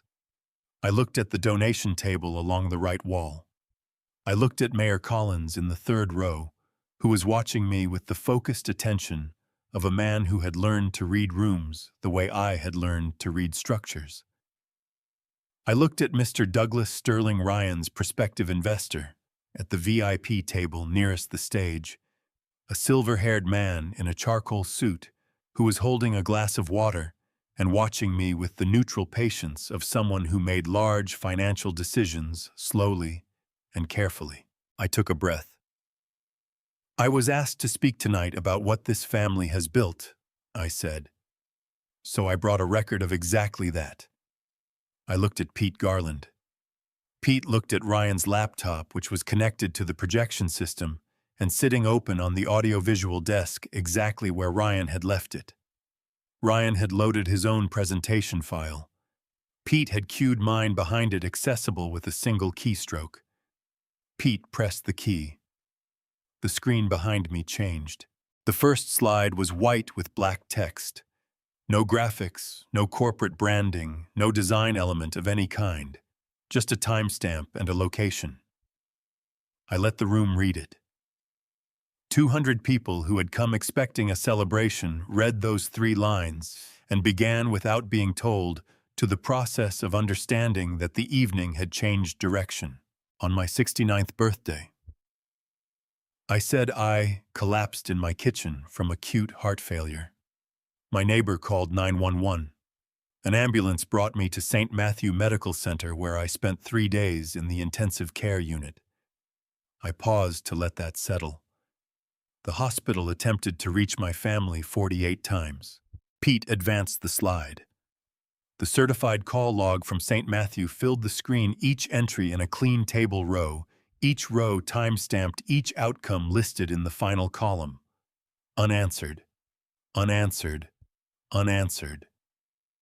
The font was large enough to be read from the back of the room, and I watched the people in the back rows leaning forward to read it. The room had gone quiet in a way that was different from the quiet of an audience paying polite attention. It was the quiet of people who had stopped thinking about what they were going to say next. 47 of those calls went unanswered, I said. 1 was picked up. The call lasted 53 seconds. The person who answered identified themselves as my son, Ryan Morrison. They were informed that my heart rhythm was unstable and that an immediate family member needed to return. The response was that the hospital should handle the situation independently and not disrupt the family's plans. I did not look at Ryan when I said it. I looked at the room. Ryan's voice came from my left, low and controlled, carrying the specific tension of a man who has decided that intervening calmly is still a viable option. Dad, this is not the place for this conversation. You will have your turn, I said. I did not have mine when I was unconscious. He reached for the microphone. I stepped back and turned my body so that the microphone was no longer within his reach without crossing in front of me, which he would not do in front of 200 people and a man he had personally invited to attend. He understood the geometry of the situation in the same moment I established it, and his hand dropped back to his side. Pete advanced the slide. The screen filled with a photograph. The white yacht, the blue water, the three of them on the deck with their drinks and their sunglasses and their expressions of complete ease. The timestamp on the image which Vance had extracted from the original file metadata and added to the corner of the slide read 4:52 in the afternoon. The call log behind us still showed on the secondary monitor at the audiovisual desk. The 31st unanswered call from St. Matthew Medical Center had been logged at 4:49. The 3-minute gap between those two numbers was the most precise thing in the room. I heard someone at a table near the center make a sound that was not quite a word. A chair shifted. The particular acoustic texture of a large room in which 200 people have simultaneously stopped breathing normally is something I will not forget. This photograph, I said, was posted to a public social media account at 4:52 in the afternoon of the day I was admitted. The hospital's third urgent attempt to reach my children that afternoon had gone unanswered just 3 minutes earlier, while the remaining 45 blank calls accumulated over the following 48 hours. Tyler stood up from his table.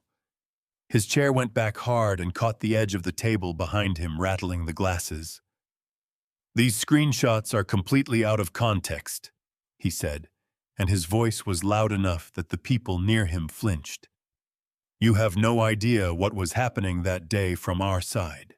I looked at Tyler with the expression I had used over 4 decades of engineering work on contractors who told me the load-bearing calculations were fine while I was holding the evidence that they were not. "I have the hospital's certified call log," I said. "I have the timestamp on the photograph. I have the metadata from the original image file. Context is welcome. Evidence is what I have." Tyler's jaw worked. He looked at Ryan. Ryan was looking at the screen with an expression I had never seen on him before, the expression of a man watching something he built begin to come apart in real time and calculating with diminishing confidence whether there is still a way to stop it. Megan pressed both hands flat on the table in front of her and leaned forward as though she were going to stand, then did not stand, which told me she had started the motion before she had finished the thought, which told me she was more frightened than she was showing. Mr. Douglas Sterling at the VIP table set his water glass down with a small, precise click and folded his hands on the tablecloth in front of him. He did not look at Ryan. He looked at the screen. Then he looked at me. Mayor Collins had not moved since the first slide. He was sitting with his back straight and his hands in his lap, and his face carrying the expression of a man absorbing something that required him to revise a number of things he had believed before entering the room. I looked at Pete Garland. Pete's hand was already on the keyboard. "The next slide," I said, "is about the money." The slide that Pete put on the screen was a single column of numbers. I had asked Vance to format it that way deliberately. No charts, no color coding, no visual device that might give someone in the room the impression that what they were looking at was open to interpretation.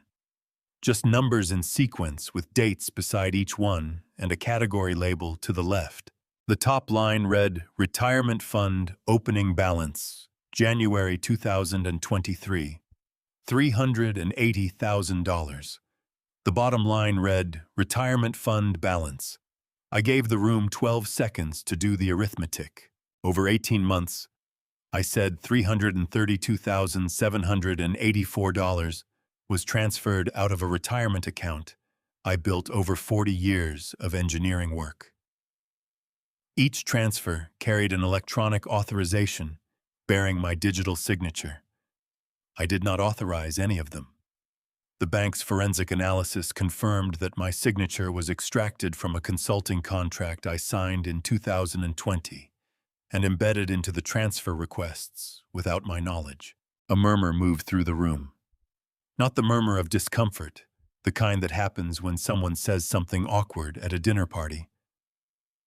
This was the murmur of 200 people recalibrating simultaneously, the sound of a collective understanding shifting direction. Ryan stepped towards the podium from the side of the stage. His voice was controlled, but carrying the particular strain of control that is more expensive than anger. Dad, you are presenting one side of a complicated family financial situation to people who do not have the context to understand it. You are welcome to provide context, I said. After I finish. He stopped. He understood, as he had understood with the microphone geometry in the previous exchange, that interrupting me further was costing him more than letting me continue. I nodded to Pete. The next slide showed the credit card account. Account number partially redacted. Balance $14,680. Opened 11 months prior using my social security number and home address. IP address of the application submission registered to a business address on Broad Street, Columbus, Ohio. A credit card was opened in my name without my knowledge, I said. The minimum monthly payments were drawn automatically from my personal checking account. I did not know this account existed until my attorney identified it during the investigation that followed my hospitalization. At the VIP table, Mr. Douglas Sterling had taken a small notebook from his jacket pocket and was writing in it with a pen. He was not looking at Ryan. He had not looked at Ryan since the second slide. The next slide was the property sale agreement, the forged power of attorney, the Atlanta Holding Company, the closing date that had been 38 days away when Vance filed the emergency lien. An attempt was made to sell my home while I was in intensive care, I said. A power of attorney document bearing my forged signature was submitted to authorize the transaction. My attorney identified and blocked the sale 60 days before completion. The forged document has been submitted to the Franklin County Prosecutor's Office as part of a broader filing.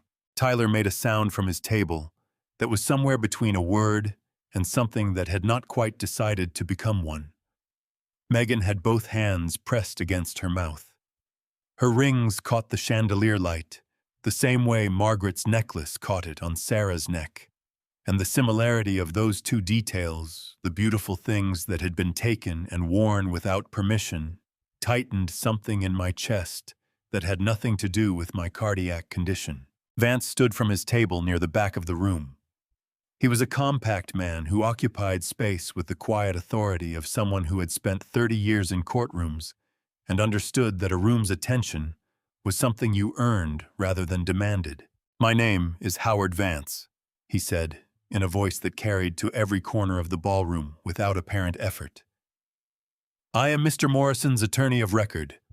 The financial records presented this evening have been reviewed and certified by a forensic accounting firm licensed in the state of Ohio. Formal complaints have been filed with the Franklin County Prosecutor's Office, the Federal Trade Commission, and the Ohio Division of Financial Institutions. The bank accounts associated with the disputed transactions remain frozen pending investigation. I want the sponsors and donors in this room to know that the Morrison Family Scholarship Fund, referenced in tonight's program, has not been registered with the Ohio Attorney General's charitable organization database. Ticket revenue and donations collected this evening have been routing to a private business operating account. The venue has been notified, and the donation table has been closed. I watched the room absorb that. A man near the sponsors' table stood and said something to the woman beside him, and they both looked toward the donation table, where a venue staff member was already removing the collection box. One of the corporate sponsors, a man in a charcoal blazer, whose company logo appeared on the event program, raised his hand and asked Diane Kowalski, who had appeared near the stage, whether he could request the return of his contribution. She said yes and directed him to the venue office. The principal of my former high school, who was seated at a table near the center of the room, rose quietly from his chair and walked to a different table, putting 2 rows of seated people between himself and the Morrison family table. He did not look at Ryan when he moved. Ryan crossed to the center of the stage. His jaw was tight, and his color had changed, the particular flush of a man whose blood pressure is doing something his composure is struggling to manage. He reached for the second microphone, the one that had been set up for the evening's other speakers, and his hand was not entirely steady when he found it. "My father," he said, and his voice cracked slightly on the second word before he brought it back under control, "is a man who has been manipulated by people with a financial interest in destroying this family. What you are seeing tonight is the result of a coordinated campaign by individuals who have never wanted this company to succeed." Mayor Collins in the third row turned his head and looked at Ryan with an expression I recognized from our Little League summers, the expression Gerald Collins had always worn when someone said something he found genuinely difficult to believe. 2 people at Ryan's table stood and moved toward the exit without making eye contact with anyone.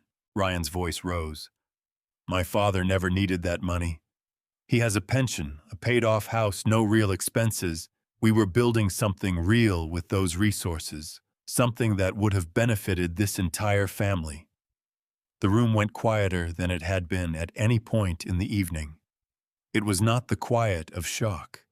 It was the quiet of 200 people who had just heard a man confirm in his own words in front of witnesses everything that had been presented on the screen behind him. Ryan understood what he had said approximately 2 seconds after he said it. I watched him understand it. It moved across his face the way structural failure moves through a load-bearing wall, not all at once, but in a progression that once it begins cannot be stopped. I looked at Mr. Sterling. Mr. Sterling was closing his notebook. The silence that followed Ryan's words lasted 4 seconds. I know because I counted them the way I had learned to count things that mattered deliberately and without looking away. In those 4 seconds, Mr. Douglas Sterling rose from the VIP table. He did not push his chair back with the sharp motion of anger.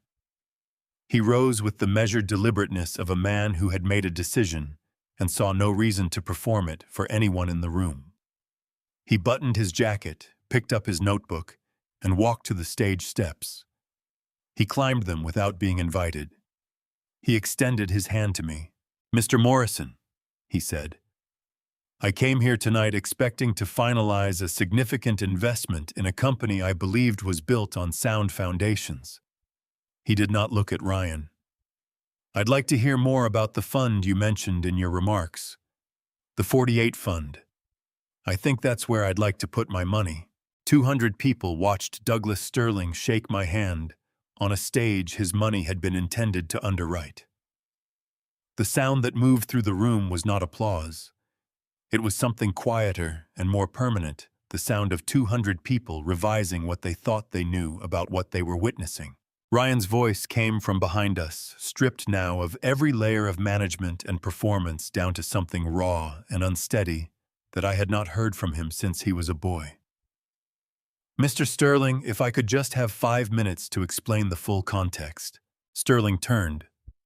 He looked at Ryan for a long moment, with the expression of a man who had built 3 successful companies by learning early and at some cost to distinguish between a promising investment and a liability dressed in good lighting. "I think," Sterling said, "the context has been provided." He stepped off the stage and walked toward the exit, and 2 members of his team rose from their seats and followed him without speaking. Mayor Collins stood from the 3rd row. He did not approach the stage. He simply stood, which in a room where everyone else was either seated or moving toward exits was its own kind of statement.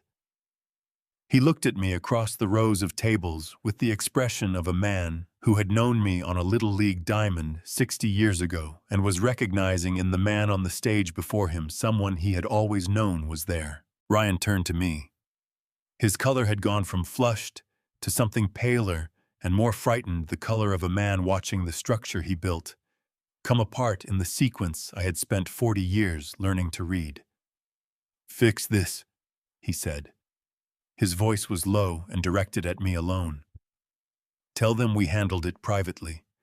Tell them it was a misunderstanding between family members." I looked at my oldest son. I thought about every time in his life I had smoothed the surface of something that needed to be examined. Every time I had accepted an explanation I did not believe because accepting it was easier than what came after. "Ryan," I said, "I spent 40 years in engineering because I understood that a structure either holds or it doesn't. You cannot negotiate with physics, and you cannot negotiate with what you said into that microphone 30 seconds ago." He grabbed my arm. His grip was tight enough that I felt it through the sleeve of Margaret's navy vest.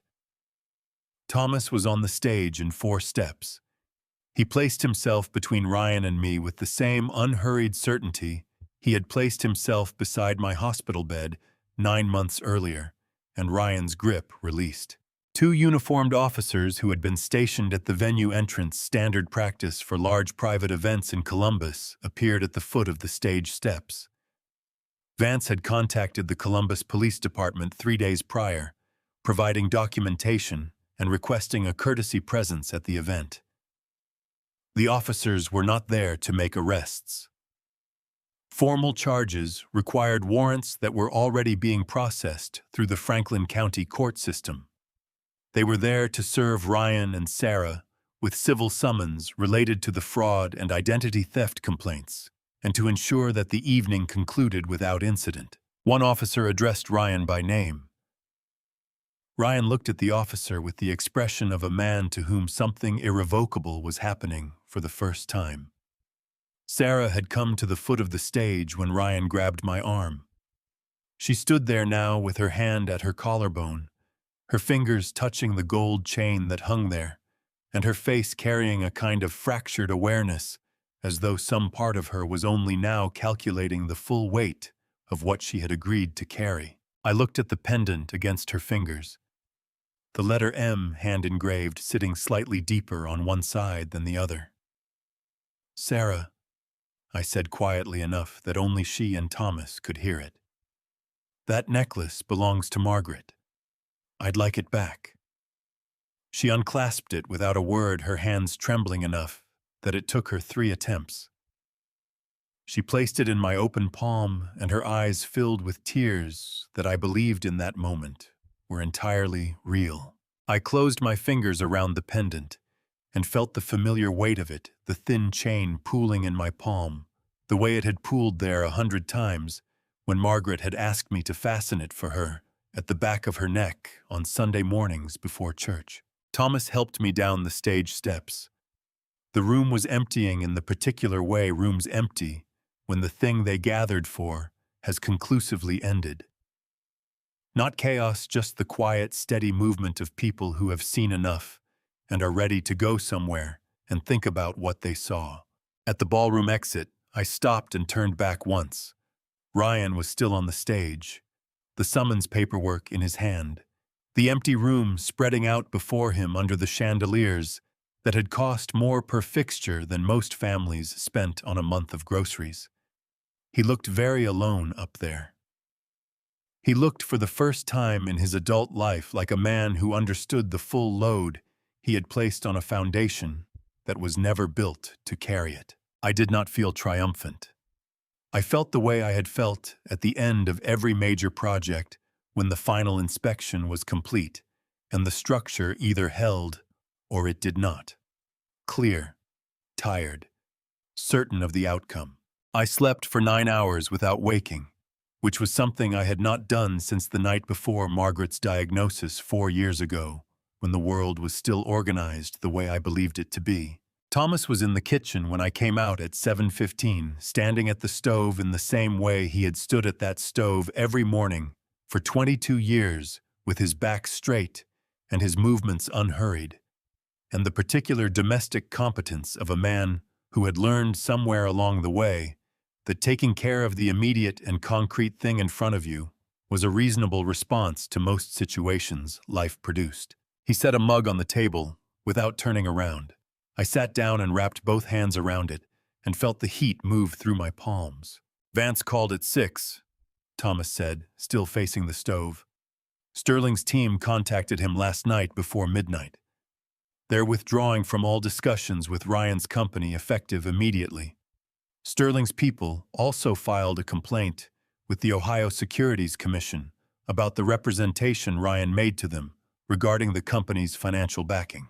I drank my coffee. Outside the kitchen window, Franklin Street was doing what it did on April mornings, the oak trees along the sidewalk pushing out their new leaves with the patient indifference of things that had been doing the same thing for 100 years and intended to continue. Tyler called Vance's office, Thomas said, turning now and leaning against the counter with his own mug.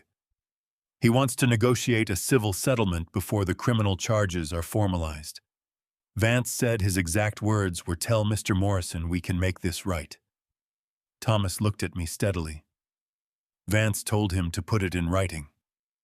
Good, I said. Megan hasn't contacted anyone. Thomas set his mug on the counter. Her social media has been private since 11 last night. First time in 4 years she's gone dark. I thought about Megan standing at the foot of the stage with both hands pressed to her mouth, her rings catching the chandelier light. I thought about the girl she had been at 9 years old, who used to sit on the back porch with Margaret on summer evenings and name the constellations she was making up because she had not yet learned the real ones. That girl and the woman who had hidden a camera in her brooch and stood at Thomas's front door with manufactured tears existed in the same person, and I had spent 9 months trying to understand how much distance there was between them and whether that distance was crossable. I had not arrived at an answer. I suspected I would not for a long time. What happens now? Thomas said. Now it moves through the system, I said. Vance says 6 to 18 months before a civil settlement is finalized. The criminal process runs parallel. Ryan and Sarah are looking at federal wire fraud charges and identity theft under 18 United States Code. Asset forfeiture proceedings will begin once the criminal charges are formally filed, meaning the court can order Ryan's business assets, personal property, and financial holdings liquidated to cover restitution. I turned the mug in my hands. The house I almost lost gets an emergency title clearing filed this week. The credit card comes off my record by end of month. Thomas nodded slowly, absorbing the timeline the way he had always absorbed difficult information, without rushing toward a feeling about it, before he had finished understanding it. And Ryan, he said. I was quiet for a moment. Outside, a cardinal landed on the feeder that Thomas kept filled on the back porch, the same species of bird that had landed on Margaret's feeder in my backyard on the afternoon of my birthday 9 months ago. I had not thought about that bird in months. I thought about it now. Ryan will face what Ryan built, I said. I spent 40 years making sure the structures I was responsible for could carry the weight placed on them. Ryan spent his career placing weight on structures he hadn't checked. At some point, the physics catches up. Thomas was quiet for a long moment. Then he said in the voice he used when he had been holding something for a while and had decided it was time to put it down. I owe you an apology, Jack. Not for the 40,000. For the years I let you believe your family was something it wasn't, because I didn't want to be the one who told you different. I looked at my brother across the kitchen table. 64 years of shared history between us, the childhood bedroom we had split down the middle, with a piece of tape on the floor, the summer we had both worked the same construction crew in Dayton and sent money home to our mother, the decades of separate lives that had converged again at a hospital bedside 9 months ago. Thomas, I said, you drove 2 hours in the middle of the night and sat beside my bed. You let me take over your study for 9 months. You kept filling my coffee cup, and you never once asked me to forgive anything faster than I was ready to. He looked at the table. That's not nothing. I said. That's most of what matters. He did not answer, but his shoulders came down from where they had been for most of the morning, which was the Thomas equivalent of everything that needed to be said. Later that afternoon, Vance called to tell me that a letter had arrived at his office from Ryan, delivered by courier, requesting that I withdraw the fraud complaints in exchange for a private repayment arrangement. The letter was 3 pages long. Vance read me the key paragraph in which Ryan described the previous 18 months as a period of financial pressure during which decisions were made that he deeply regretted and hoped could be addressed within the family rather than through the courts. He did not use the word sorry. I asked Vance to file the letter with the existing evidence and to respond that I was not interested in private arrangements. That evening, I sat in the study at Franklin Street with Margaret's necklace on the desk in front of me. I had cleaned the pendant with a soft cloth, the way she used to clean it, with the particular care you give to something that has been somewhere it should not have been, and that you are bringing back to where it belongs. I fastened it around the frame of the photograph I kept on the desk, the one taken 43 years ago. Margaret at 26, laughing at something outside the frame, certain that whatever was out there was worth turning toward. I looked at her for a long time. Then I opened the legal pad and began writing the next thing. A year to the day I drove myself. Not because I had to. Thomas offered the way he had offered everything over the past 12 months, quietly, and without making the offer feel like charity. I told him I would meet him at the restaurant on Millbrook Avenue at 7. He said fine, and went back to reading his paper, which was the Thomas version of saying he was proud of me without using a single word that would have embarrassed either of us. The 48 Fund met that afternoon at the Columbus Public Library. 12 people around a conference table, each of them carrying some version of what I had carried into St. Matthew Medical Center on a gurney 14 months ago. A woman named Patricia, 73 years old, stopped me at the door when the meeting ended and pressed both my hands between hers. I called the bank yesterday, she said. By myself. First time in 2 years. I told her that was everything. She said she suspected it was exactly that, and nothing more and nothing less, and she walked to her car with the particular straightness of a person who has recently remembered something important about themselves. Carano's on Millbrook had been there since the 90s. Megan had worked the dinner shift for 4 months. I had known about it for 3, and had made the reservation under my own name on a Tuesday morning without explaining my reasons to anyone, because my reasons were mine, and I had earned the right to keep them that way. She was carrying plates from the kitchen when we arrived. She saw me and stopped for 2 full seconds, her face open in a way I had not seen since she was young enough to not yet know that openness was something to manage. I held her gaze. Then I gave her one small nod. Not forgiveness. Not yet.